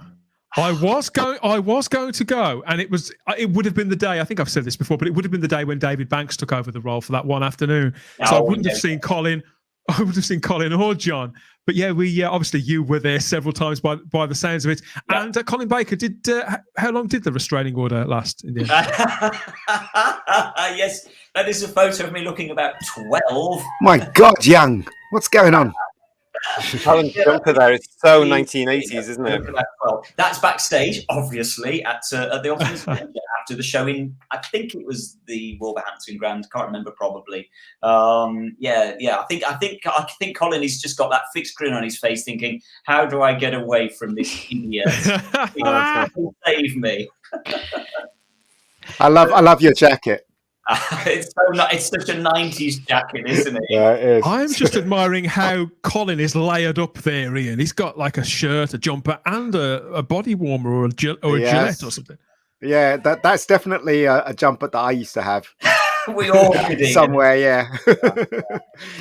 Several people in the chat are talking about this as people who went to see the Ultimate Adventure. I think we've said before, haven't we? Who found Dan, saw Colin at the Grand, and met him backstage with the Stourbridge fan club. I used to go to the Stourbridge fan club, the SRS, but I think I might have left or didn't go to that, Dan. So I probably saw you there. I was very young when I left. When I went, Crimpling Daboon says I loved Zog. He was the hairy creature that sort of hung around with them, wasn't he? Yeah. Darren Bradley says I snuck in my video camera to film it. That's outrageous, Darren. Darren, we need the footage. Let us see it. Oh no, I don't know if I could. Richard Brooks says Colin is looking off, thinking not that. Horton hearing a Who again. Yeah. It's definitely a fixed grin on Colin. It's definitely get me out of this. Wonderful stuff, and a great photograph there to finish off the Doctor Who diary this time. Thank you for putting all that together for us, Simon. It's always a pleasure, isn't it, to go back to these happy times. Happy times past. Yeah, back to the present. I think now for more Doctor Who rumours and gossip, everybody. So yeah, hold tight. Where's it gone?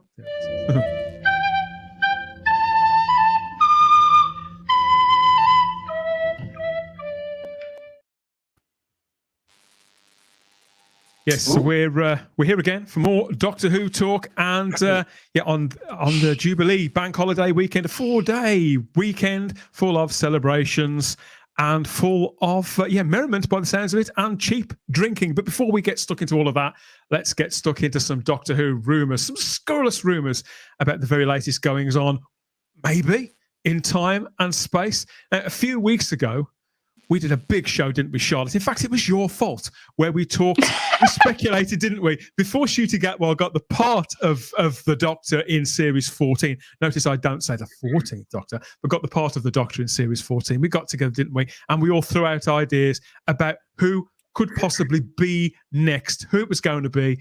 And I think we came up with 2 each, didn't we? 2 candidates each. Yeah, and of course, none were right, as we all predicted also on the night. We were nowhere near, but of course that video and podcast is still up on the feed. Who's next? So that's all over and done with. Or so we thought, because I think the next question after who's next is sort of who's back next, because we've heard about the return of David Tennant and Catherine Tate and Bernard Cribbins and Jacqueline King, isn't it, who plays Donna's mother, who's Sylvia, isn't it? Yes. Yeah, Sylvia. Yes. God, name escaped me for a moment. So they're all back, and so you can't help but wonder who may be next now. Rachel Talalay has been confirmed as the director of this special, the Diamond Anniversary special that's coming whenever, in whatever form, and she put it up on Twitter herself. Initially she denied it. She denied that she was directing, tried to duck it, but it all came out in the end. And we've seen her on set, and she seems to be having a blast. The fans love Rachel Talalay, I think, because of some of the episodes that she's directed in the past have been standout favourites of the Capaldi era. And she just always seems to be, well, she's always working for a start. She's done a multitude of other shows since, and several movies in the past, some good, some not so good, but she's very engaged with Doctor Who fans. But if you keep an eye on her Twitter feed, not long before that, she tweeted out this picture of her with a certain Mr. Matt Lucas, Nardole, no less. Well, he is a little bit less because he's been on a bit of a crash diet, hasn't he, there, Matt Lucas, looking great. So Rachel shared this. And you can't help but wonder, was she just catching up with an old friend there, Charlotte, or could there be something else going on, particularly in light of the fact we have David and Catherine back? So I'm now wondering who's coming back next. Could it be people from the Capaldi era? What do you think? I would be intrigued if it is Nardole, because obviously his 2 more, I would say, well-known or well-liked companions are Clara and Bill. So it would be interesting what they do with Nardole, but I think that would be a fun dynamic to have that sort of more. Well, actually, it matches if you think about it in a sense, because Tennant and Tate were more of a friend sort of dynamic, and you got more of a friend dynamic with Nardole and the 12th Doctor, I would argue. So I could maybe see the link there. Yeah, it makes you wonder. I think he'd. Matt Lucas is somebody that's, as always, Simon, that hyperbole from Stephen Moffat at the time. He said he was the greatest comedian in the world. I've always kind of liked Matt Lucas. I think he seems like a very sweet man. I think he has fun, and I like people who have fun. The character. It took a while for me to warm to the character, if you follow me. So I'm neither here nor there about Matt Lucas coming back, but I would be so down for Peter Capaldi himself. He's also been photographed with Rachel Talalay recently too. What were they meeting for? Where were they meeting? Could this possibly be? Because obviously Capaldi, until very recently, he'd kept quite quiet about Doctor Who, but it is a celebration, isn't it, of 60th? So I wouldn't be surprised if Matt and one of the companions came back with Matt, and these 2 came back. I like Nardole, actually. I didn't like him at first, but he just got funnier and funnier, and I just thought the relationship between him and the Doctor was really good. I mean, until they spoilt it all. But I don't know. I really liked him personally. No. I know Simon didn't. No, I'm sorry. Really not. Okay, Simon. But Yeah, each to their own. It's there's always rumours circulating, Peter Capaldi, aren't there, JT? Because I don't like to phrase it like this, but did he jump of his own free will, or was he pushed? And for a time, he didn't speak about Doctor Who at all. But being a massive Doctor Who fan and being somebody who engages with the fandom a lot, he may want to come back. He may be coaxed back, particularly by people such as Rachel, particularly by the prospect of maybe working for Russell T Davies. What are your instincts about this? I think it's all nonsense. Utter nonsense. I mean, these people. I hope it's not. They can't even go for lunch or dinner and take a photograph without speculation, and they know it's going to cause the speculation. That's the thing. Yeah. We know that Rachel's in the country and she's filming whatever format this episode is, and she's bound to catch up with friends that she hasn't seen for a while. And these people are friends; they have worked together. I think it's all utter nonsense. I hope you're wrong, because I'd love to see them back. Definitely. I can't see it happening. I mean, I can't. I honestly can't see this going on. I know. I hear, or we can speculate that all the Doctor's incarnations, are in some way going to be represented in the 2023 year. But it doesn't necessarily mean that just because. I mean, if you were an actor and if you were a director and you are professional, and there are no contracts signed, you're not going to take a picture of yourself, a selfie of you going for lunch or dinner, and that's not an announcement. That's not a professional way to do things at all. You keep it quiet like they have done recently, because the contracts money has to be looked at, all that professional side of stuff. So you don't just go click. Well, and that's what they might be doing it deliberately, though. Like they are doing it deliberately to get people talking about it. At the top of our show here, on this very show, we were talking about how they keep it in the eye without upsetting Mr. Chibnall or Ms. Whittaker. And the way you do that is by things like this, with the staff going out, or Andy Pryor tweeting something saying, "I can't wait," or Neil Gorman saying, "Ooh, I've just spilt something on a bit of plastic." You just don't know. But I do think that fans especially have this habit of just going, and it's our expectations are naturally going to be heightened. I agree with you, Ian. I think it's only natural. I think it's part of the game. I think if we did this every year, I'd agree it would be ridiculous. But I think the anniversary year, they do it every year. They do it every year. They've been doing it. They do actually, year. And social media has been helping that traction. I missed the days where we didn't have social media. So you just got what came through Doctor Who magazine or Celestial Toy Room. I think it's just, and you get these idiots on YouTube that are prepared to dissect everything and then make a big story, and it's complete and utter fabrication and lies. And then people watch these people doing this and then take it as gospel and go off and show up. No, JT, hold on a second. Earlier on, you were saying you were really excited about Shooty coming back. That's got nothing to do with fan wishes and fan wank. Absolute nonsense. No, hold on. Just let other people be excited about other things. Simon, I don't give a toss if people want to get excited over this. No, but you are. You're getting stressed about it. I'm not getting stressed. I'm expressing myself because I'll get stressed if you keep telling me I'm stressed, Sunshine. I'll tell you. I'm not getting stressed because what I'm doing here is expressing the fact that it's heightened today more so because people will take little pictures like Rachel Talalay having lunch or dinner with somebody, and then they'll make up a whole story about it, then put it onto YouTube or Twitter, and then gullible people will take that through. It's nothing to do with being excited. My excitement.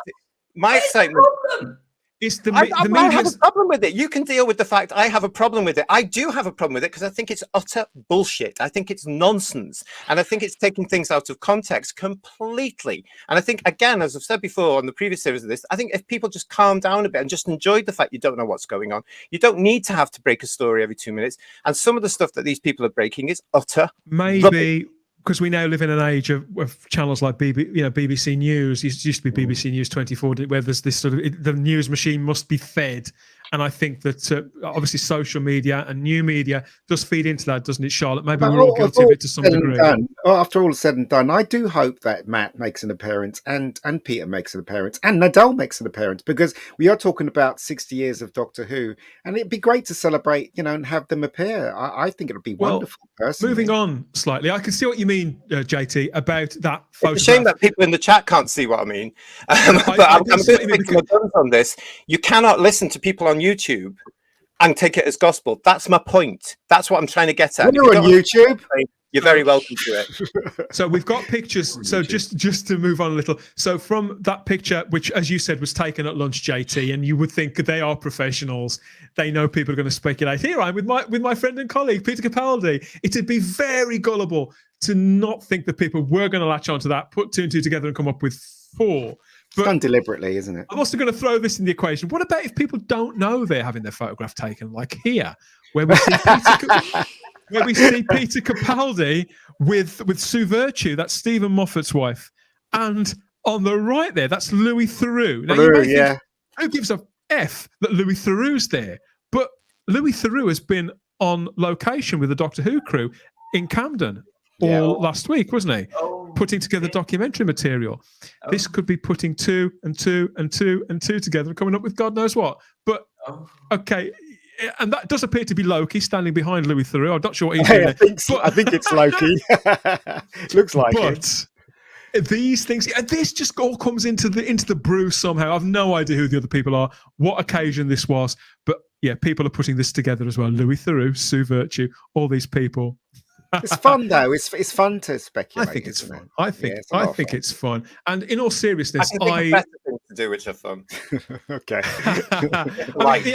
Who wouldn't want to see this smiling face back on Doctor Who for a little while? What do you think, Charlotte? Well, I think even if they're not in the episode, BBC are going to get them together to do panels, to do interviews. I can remember the 50th.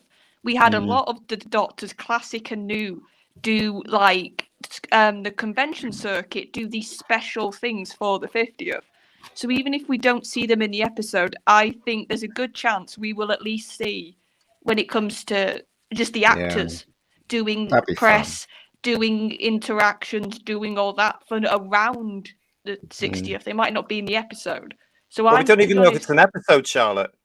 Well, whatever it is. Yeah, exactly. That's what I'm trying to say. You know, I mean, at this point, because it's all out there, nothing. We haven't got any information. That's the fact. We know certain things, but we don't know if it's a miniseries or if it's a TV movie or if it's what. We don't know. Nothing's going to break until the end of the year or beginning of next year. Well, I mean, all I am going to say on a personal level, I am desperate. Just bring back all the surviving Doctors. I really don't care. I will never, ever forgive Moffat for not bringing them back for the 50th. It was unforgivable. Stephen, if you're watching this, you will never be forgiven for that. that was a once in a lifetime opportunity. We now have that once in a lifetime opportunity repeated again. Do not blow it this time. That's all I will say. Well, deep fake. That's all I can say. Well, listen, John Yulden, he's thrown a big firework into the room here and shut the door on us because, he's come up with this. Hang on a minute. Has anyone heard whether Hale and Pace will be there in the 60th? Don't break my heart, Russell T. Davies. No, they're both still with us. Yeah, still alive, both of them. Yeah. Who knows? Yeah, so rumours are rife again, and I had assumed that the format of the 60th would be another feature that would go into cinemas, Charlotte, because that was a big money spinner for the BBC. Taking the Day of the Doctor, obviously did well on TV too, but to take it into cinemas, and it was shown an increase. I think over the week, that initial week in the run up to it being in the cinema, every single day, more cinemas, more chains put up their hands and said, "Oh, can we have it? Can we have it?" And it went from being something that was only being shown at a few cinemas to being shown in every multiplex pretty much in the country. Yeah, but Doctor Who was popular then. It was, but I'd assumed that that's where it would go again, Charlotte. But I have heard now, and I'm hearing this from multiple sources, that it's going to be 2 or 3 specials. So have you any preference there? I think so the story doesn't feel squashed. I would prefer it if it was over 2 or 3. Particularly if it's a lot of characters. Yeah, if there's a lot going on, because I've got a feeling, obviously, we don't know what the story is. We're probably nowhere near close knowing, but just the fact that we've got David Tennant back, whatever version he's playing of his Doctor, it seems to be that Russell's going to do something really out there. It's just the feeling I've got. So I would prefer it that, like I said, he gives himself as much time as he thinks he needs to tell this massive story I think he's going to tell. So I would prefer almost like a Sherlock, if people remembered when Sherlock was on television. Yeah. Sort of that longer length, maybe 2 or 3 over a week, maybe, I don't know, but that's what I would like, and I wouldn't be surprised if it's a bit similar to that, almost the format, but we'll have to see.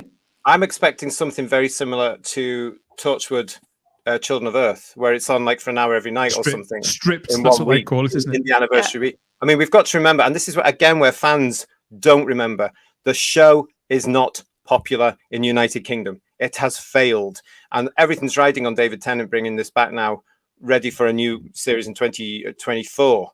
And they know that, and it must be really important to do that. So whatever it's going to be event television again. Has to be. Fingers crossed. I'm not just hearing rumours about the format, but about characters too. So apparently, we all know that units are going to feature in the 60th anniversary, but apparently a classic companion, of which I have no idea which one, is rumoured to be returning too. Now, the one that I think I've spoken about several times on this show is Susan, the Doctor's granddaughter. Yeah, it has She's the one. She's the one that I'd want to see, Simon. I was going to say, how about you? Yeah, absolutely. It has to be. But Dan, I'm going to be indulgent again. I'll bring them all back. I mean, come on. There'll be enough room on the screen. I don't care if the story doesn't make much sense. The Five Doctors, you look at the Five Doctors, it didn't make a lot of sense. But Terence Dicks was a brilliant writer, and he could make it into something. I think it made sense, but it was. I know what you mean. It's a romp. It's a romp. It's just a bit thin. It struggles to hold itself together under the weight of its expectations. But I don't care, because it's a pantomime. It's just a celebration of the show. It's wonderful fun. I want to see everyone back that can and will come back. I don't care. It just let me have a bit of a party, for goodness sake. I'm just looking forward to seeing David Tennant as the Doctor again. And whatever Russell T does with that, I'm sure I'm going to be happy. He's a competent writer. He knows the Doctor Who fans. His heart is in the right place. So fingers crossed that it's going to be really enjoyable. I mean, no matter what I thought of the 50th, I still enjoyed it. There was a lot of mistakes, in my opinion, that they could have done in the 50th, but I still enjoyed it. And Moffat did a good job, and no doubt Russell T is going to do a good job. So I'm excited to see it the 60th, definitely. And I'm with Simon. Bring them all back. Just bring them all back. All of them. JT, is there anybody that you'd like to see just potentially one more time? No, I mean, I'm not bothered. I'm really not bothered. I mean, I'm looking at this from a different angle to you lot, and I'm not looking at it as a fan. I'm looking at somebody that is looking at the fact that this show has to continue, and it has to be popular again in the United Kingdom. Otherwise, there is no show, and they've got to have the foundations for Shooty to come in for a 2024 season that people are going to watch weekly, as Simon alluded to earlier, or whatever format they do in the future. So I'm really not bothered about this. And now that you've got Tennant coming back in, and I get the feeling there's some sort of reset going on here, because he's an interim. It could be an interim Doctor, and I'm only saying that because I look at the outfit thinking that's not the 10th Doctor. And it's a real case of it may be looking at the strong. I mean, Ian, you said that Russell knows Doctor Who fans. More importantly, he understands the British public, and he's just had, well, to an extent, and he can write towards a general audience, and he's got to be able to bring back all these ages and all these people back while still placating the big job fan base. And so it's a huge task, and it's a huge job. And we've only just started the filming. We don't know what else going on. I know there's a production break coming up, or so I hear. I don't know anything. I believe there's a production break coming up, and who knows what's going to happen after that.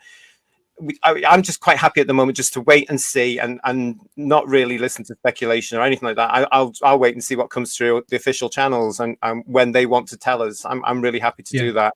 I'm looking forward to watching it and seeing what they've come up with to try and get people back watching.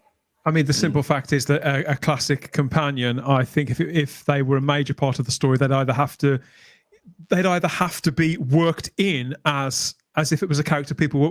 That general audience that JT's talking about, who have been away from the show, they're not going to care. A lot of them aren't going to recognise Susan or Jamie or even Leela, even some of the more iconic ones. Well, no, it's over 50 years ago. Susan was 60 years ago, and 40 years ago. I suppose with Russell being pretty adept at bringing things back in an inconspicuous way, like he did in the original, in new Doctor Who back in 2006 to 7, 8, he brought things back in a very. I mean, just look how I know that he didn't write it, Toby Whithouse did, but the way he brought Sarah Jane back in That was School different. Reunion, yeah, That's but you different. could frame depending on the narrative and the structure and the format of these special, then however the story is framed, if it's just one classic companion, particularly if it was Susan, it wouldn't take much again, to create. From the public, sorry, Dan, but from the public's point of view, they won't give a toss. It was different with They Liz. will if he Sarah makes. Jane They Smith, will if he we makes. grew up with her as a generation, and that generation came back for that episode in Doctor Who in 2016 to see Sarah and K9, and then it went from there as well. And the show was still on a high from that. And remember, Russell I and think Phil he could do that it was again. great. We can do this now because we know where we're going. I mean, it couldn't have been done in the first series. I think they could do it again if they pick the right person and is the one it in the right who are the public going to remember? That's not Sarah Jane Smith. Hold on. Yeah. Go Charlotte, and then I'll come back. I was just going to say simply, but does it have to be somebody the public remember? They've got Well, David why bother Tennant. if it's not going to be?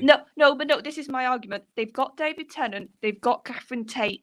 Those are your names that the public are going to come for. I think the companion can be there purely for the fans. If it's a classic companion, purely for the fans. That was good. Well, why? Depends how much screen time they've got to play with, Simon. I want to see that, and I am still paying my license fee at the moment. And paying the license has got nothing to do with it. Come on. No, but I think he's speaking as a British. Hold on a second. He's speaking as a fan, and he's bringing the license into it. It's got nothing to do with it. Why would you bring back somebody that the public? Why would you waste the time? Let's see who people in. Actually, just a second. It has got everything to do with it. It's got nothing to do with it. Right, hold on. All right, then. Let Simon finish. Yeah, right.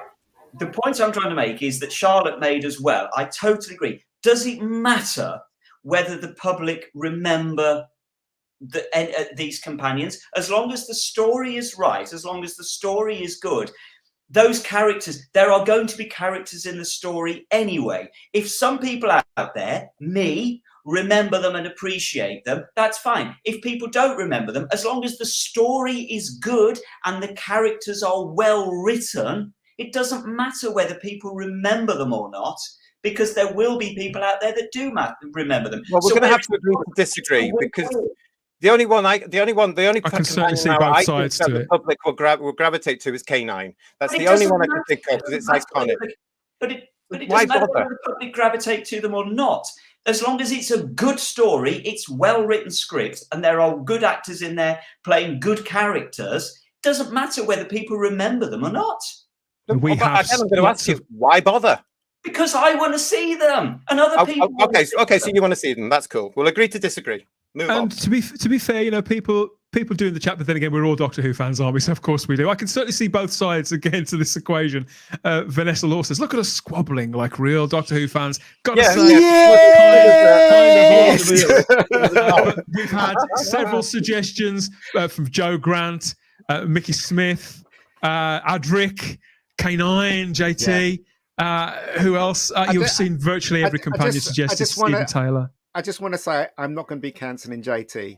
So there you go. See, there's a difference between us and Twitter. Bigger and better people have tried to cancel me, darling, and it's not working.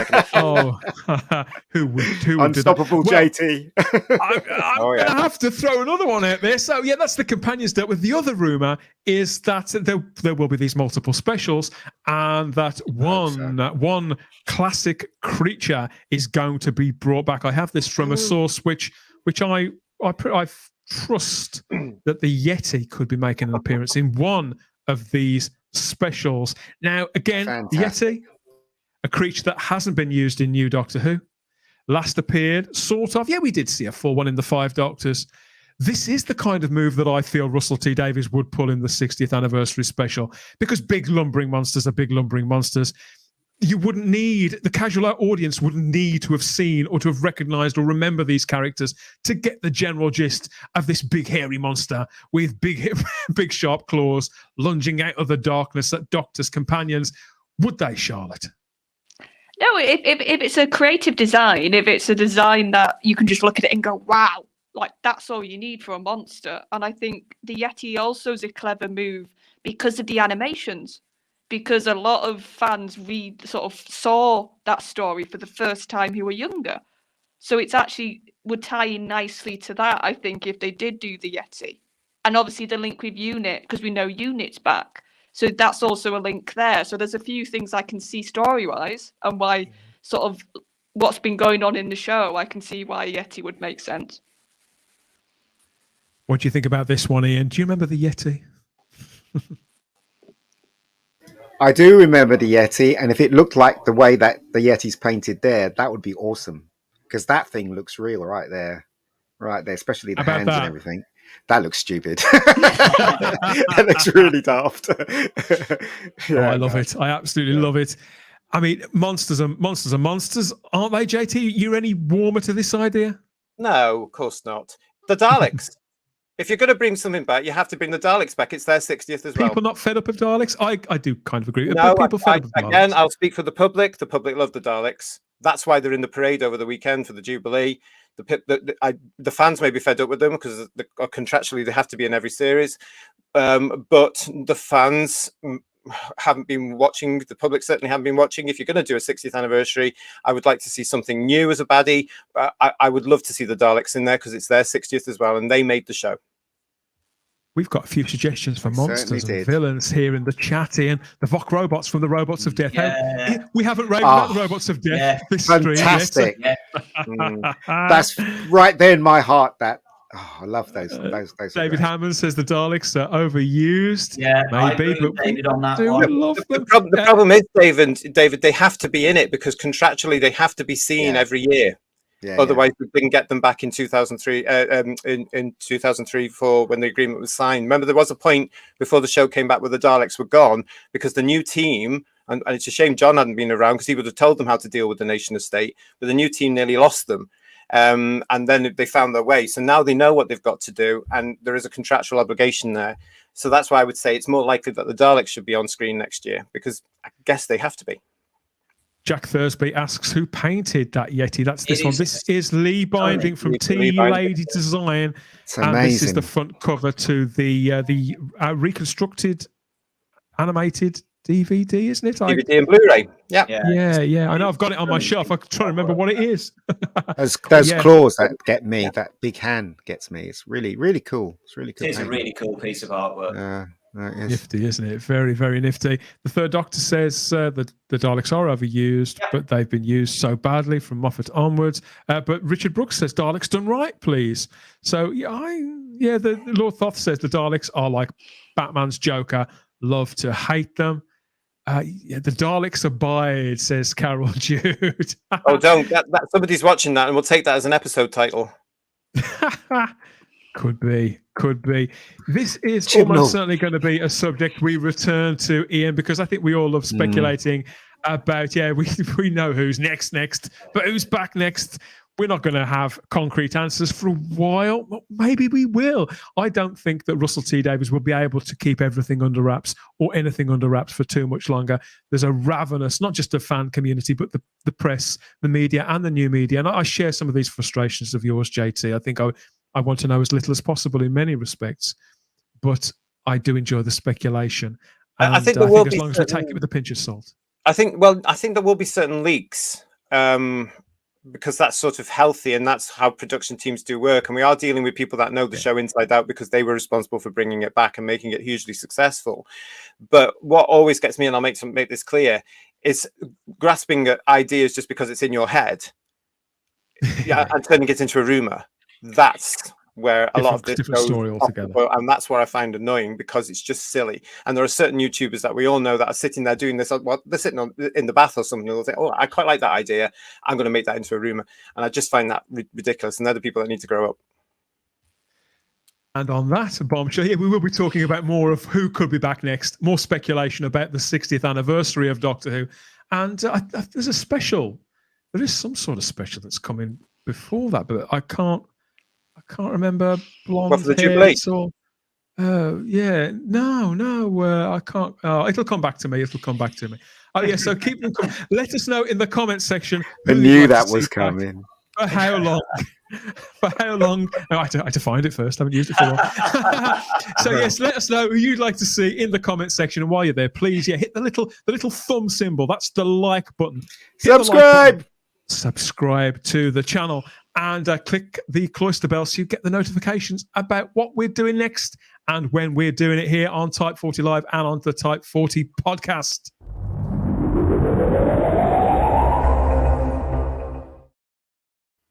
Why do we do it? Why do we do it all? It's all done for the love of Doctor Who, isn't it, Charlotte? Oh, yes. And the cut and thrust of banter, JT, and bickering. Well, this is what fandom's about, and we're never going to agree. And people have to understand that everybody has a different outlook and different viewpoint on this, and you just have to get on with it. So that's what it's about. Yeah. I couldn't agree more. And one of the ways that we like to celebrate our love of Doctor Who is to reach into the community and see what's inspired them since we last got together, with some pretty pictures from the undergallery of Doctor Who fandom. So we're gonna show you these new little morsels. Now, first of all, there's this. I absolutely love this. This is Ealing High Street there, JT, in London. There, it's a shop has been decorated with this sort of 3 panels of vinyl. We've got to credit Oliver P. Martin, who's taken this picture and put it up on Twitter. But why is Ealing High Street of particular relevance to Doctor Who history? Because it's a studio, isn't it? It's a studio. No, it's an Ealing. From space. That too. Yeah, so I love the light. It's the scene for the shop window dummies, as you said, JT, is it? Yeah. And it's a shame in a sense. I mean, that is lovely. That's great artwork. And look which Doctor's there, everybody. But, it's a shame because this is showing our high streets are being boarded up left, right and centre like this. We are losing so many shops right now. And that's the downside of what's happening in the United Kingdom right now. But lovely artwork. Yeah, we don't know who the artist was. It's beautiful, isn't it, Ian? The colours? Yeah. No, it's a really, as JT, it's a shame that shop's closing down. But yeah, great piece of art. Another thing to put up in its place. Have you noticed the lighting and the guy with the boom mic there, Simon? Yeah. They've not just done Doctor Who, they've kind of done the whole process of making Doctor Who. Yeah. An interesting choice. Yeah, and it is an interesting choice. And I just love the fact that it just goes to show that whatever we think the public think of Doctor Who, I think there is still so much love out there for Doctor Who. The public have fallen out of love with Doctor Who, but I think they still love the idea of Doctor Who, and they want to love Doctor Who again. They don't like it anymore. And this proves it to me. This proves it. Absolutely. And it's always that image from the 70s as well, because that was its hail. That was the golden age, and most of us grew up with it, and that's how it's going to be. But it's like Dan said at the top of the show when he was pleasantly surprised about how the British have reacted to our Jubilee weekend now, with masses of us getting on board. Millions and millions of Brits celebrating this fantastic achievement for Queen Elizabeth. But in a smaller sense, it's actually the same for Doctor Who, because I really do passionately believe that whenever they show this thing next year, they will come back and watch it in their millions. And then hopefully with Russell's rating being of a certain level, they will retain that into 2024 for a brand new version of the show. And they'll come back because, as you say, Simon, it's ingrained in what we are as Brits. And I genuinely believe that. Yeah, I think they are passionate for it. They've just got to get it right, and the stories have to be good. Yeah. Cam's Crash Course says, wow, that's cool. New magazine used to use, doesn't it? It has to be accessible. That's the word. Yeah. It reminds me of Mary, Mungo, and Midge there. Ian, do you remember that? You love that. I used to like it. We used to love it. Yeah, Mary, Mungo, and Midge. TV show, Charlotte, about Mary, who was a little girl, Midge, who was a mouse, and Mungo was a dog, and they lived in a flat in a town. Yeah. I used to go up the lift with the numbers. And you'll have to YouTube it. I love that show so much that when I was a kid, I always wanted to live in a flat. Yeah. Because of that show. Bacon narrating you all the way up. Yeah. My dad got some goldfish and he called it Mary, Mungo, and Midge. But they died. The 1970s. Recently, there have been some 1970s Doctor Who books, mostly 1970s Doctor Who books, have been reissued in compendium volumes. The Essential Terence Dicks volumes 1 and 2. Now, they came in some book jackets, which are just 2 enormous Target logos, which was kind of okay and looks sort of all right on the shelf. But I thought it was a bit unimaginative, Simon. Yeah, I prefer these. No, what? Are you serious? Are those the covers? No, these are fan ones, aren't they? Made covers. These are two really? fan-made covers no, for the sorry. same titles. No. Obviously, whoever's done this, I haven't got the artist's name for this, but they've tried to emulate the great Chris Achilleos. With you, it's not hitting the mark for you. No, it's not. I mean, good on them for sort of obviously, trying to pay homage to Chris Achilleos, but no, it's just not my cup of tea. And I've seen the actual genuine covers of his paperbacks, and they're Bit of a mess. awful. I don't know what it is. I don't know what it is with this particular Terrence Dicks book. Nobody seems to be able to get the cover right. I don't know why, but it's a mess. The design's a mess. Sorry, it's not working for me. Whoever you are, I prefer them to the Target logos, but I know you mean. It's a little slapdash, and it's not. And they've tried to emulate Chris's work, but there's only one Chris Achilleos. I think there's too much of that going on now with emulating Chris's work. I want to see some fresh stuff. I agree. And people's own visions of what these books could like, and with the Target, the BBC Target versions coming through again now, I would love to see some innovative, brand new ideas from a new generation of artists. I really would. Rather than that, yeah. There's a way of taking. We've got a comment here from Lex who asks, "How's Zippy, JT?" Zippy's fine, thank you very much. He's watching the Jubilee right now.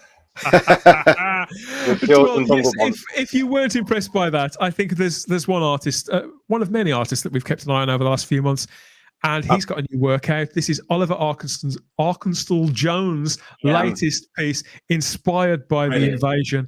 I mean, this is a way of, I think, capturing the flavour of a story and of a time gone by with these faux 1960s movie posters, but still having your own style, isn't it, Simon? Exactly as you.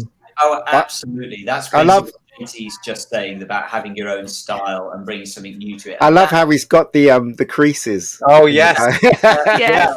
When you get them, they come in rolled up, and the creases are in there, and I just think that's magical because it reminds me of those poster magazines we used to get as kids in the 70s. Yeah, it's just a stunning, great piece of art. And the Cybermen in particular, though, those are still. Although I was actually born in the year that this went out, so these were never my Cybermen. But to me, in many ways, these are the iconic Cyberman, the invasion. Agreed. And they look stunning with red eyes. They look stunning. I love that. Yeah, the red eyes does really sell it, doesn't it? Obviously, I don't like those Action Men Cybermen. The ones that they're terrible, but these ones are brilliant. Beautiful. And the beauty of it being a black and white story, Charlotte, is that maybe they did have red eyes. Maybe. Well, it's all the fun fan imaginations, isn't it? Yeah. And I'm gonna have to go, everybody. Bye, Charlotte. Thanks for joining us, Charlotte. It's been great to have you back. Hope to see you again next time. But yeah, love the new headgear, Mike. Take care. Speak to you later. Bye bye. Yes, I thought people would love that one. That's a nice one to finish on, I think. The dependable Oliver Arkenstall Jones. And he does offer these, as Prince, you were saying, JT, doesn't he, on his website, his social medias? Yes, it's what was it called? Redbubble or something like that? Follow him on Twitter. If you find him on Twitter and stuff like that, I'm sure he'll point you in the right direction as to where you can get a Redbubble shop. Yes, goodbye, Charlotte. She'll say the chat. Iconic, love classic cyber dudes, says Lord Thoth. We all love the classic cyber dudes, don't we? Yeah, it still bothers me a little bit. I honestly don't think they've ever got it right in the modern series to post 2000. Oh, totally. They're too. You think they have, JT, or you don't? No, I agree with you. I think they've messed them up completely. I agree, they have messed them, and I think that, to me, the problem is they keep on over designing them. To me, the beauty of the Cybermen is they are under designed. And they just keep on. The more detail they put on them, the worse they become. Well, they're just like another robot now, aren't they? I mean, those things we came up with for Age of Steel. I was really disappointed with that clunky metallic side. I mean, my favorite ones. I love the invasion ones. I really do. I mean, they are Cybermen. They are. Still got that little thing for the Earth shock. I agree. Oh, I do. I like that. I like that. The truth of it is, those Earthshock Cybermen are simple. They're simple and effective. And again, for me, it's they're my back to what I favourites. was saying earlier about Ailsa Burke's movement of, the movement of the Cybermen was just all wrong for me personally. Yeah, I agree. Because you're right, JT. You've turned them into robots. I like when you saw the actor's mouth moving in there, because they're meant to be a Well, that was Half horrific. robot, yeah. Brilliant. Yeah, well, 'cause that had never been body done horror. before, of course, before Earthshock. So when we all get to it as young teenagers, you know, that was quite frightening. You were suddenly remembered these aren't robots, and then suddenly in the reboot version, they are robots again. Robots. You know? No, I agree. this is- I hope they go back to that sort of element of maybe even the human hand element again or something. I'd like who that knows? too. I was, they had sort of gloves on, didn't they, in that final Capaldi 2-parter? It was Did sort they? of I halfway. can't remember. Yeah, they were sort of like they were very sort of tight gloves. I think they weren't the actual human hand. No, I think they it's Like rubber gloves. it's a bit weird. Why? But we are united again on this point, and so are the chat. Come to think of it, yes, Simon, totally agree. Modern Daleks and Cybermen, too fat and plastic, says Lex. Simon speaks wisdom, over-designed. But Peter Harrington, he loves the Cybermen with the flared trousers. Those flares. Those trendy Cybermen. But there's something inside the classic ones that's just chilling. I think we all agree with that. And Richard Brooks adds that Cybermen should be piecemeal replaced human beings. And they should really sell that, shouldn't they? To sell the concept, which I can see why they made the choices that they did in 2006. Star Trek copied them, didn't they? The Borg. With the Borg, yeah. I watched something years ago in the 90s when Doctor Who was off, where somebody was involved with Star Trek at the time, the Next Generation Voyager lot. Was it Rick somebody? Rick Berman. Thank you.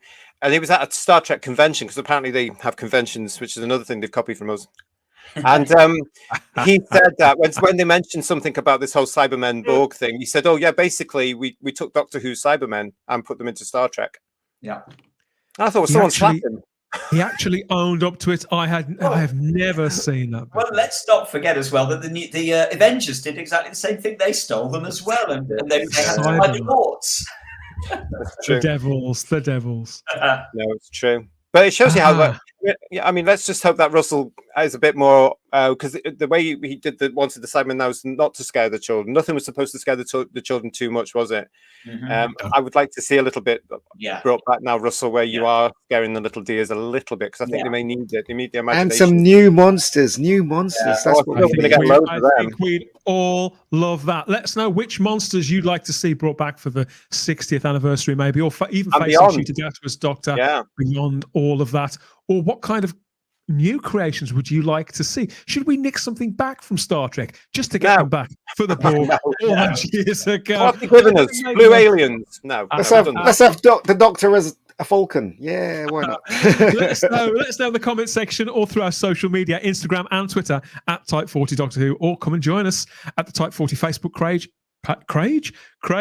Type 40 Facebook page or Facebook group, everybody, where you can hang out with the generation upon regeneration of Doctor Who fans, reminiscing about classic Doctor Who, talking about new Doctor Who, and speculating about all new Doctor Who for the 60th anniversary and whatever comes after all of that. Thanks to Charlotte Shields again for joining us for this show. What an opener to season 5 of Type 40 Live. It's been lively. It's been regal.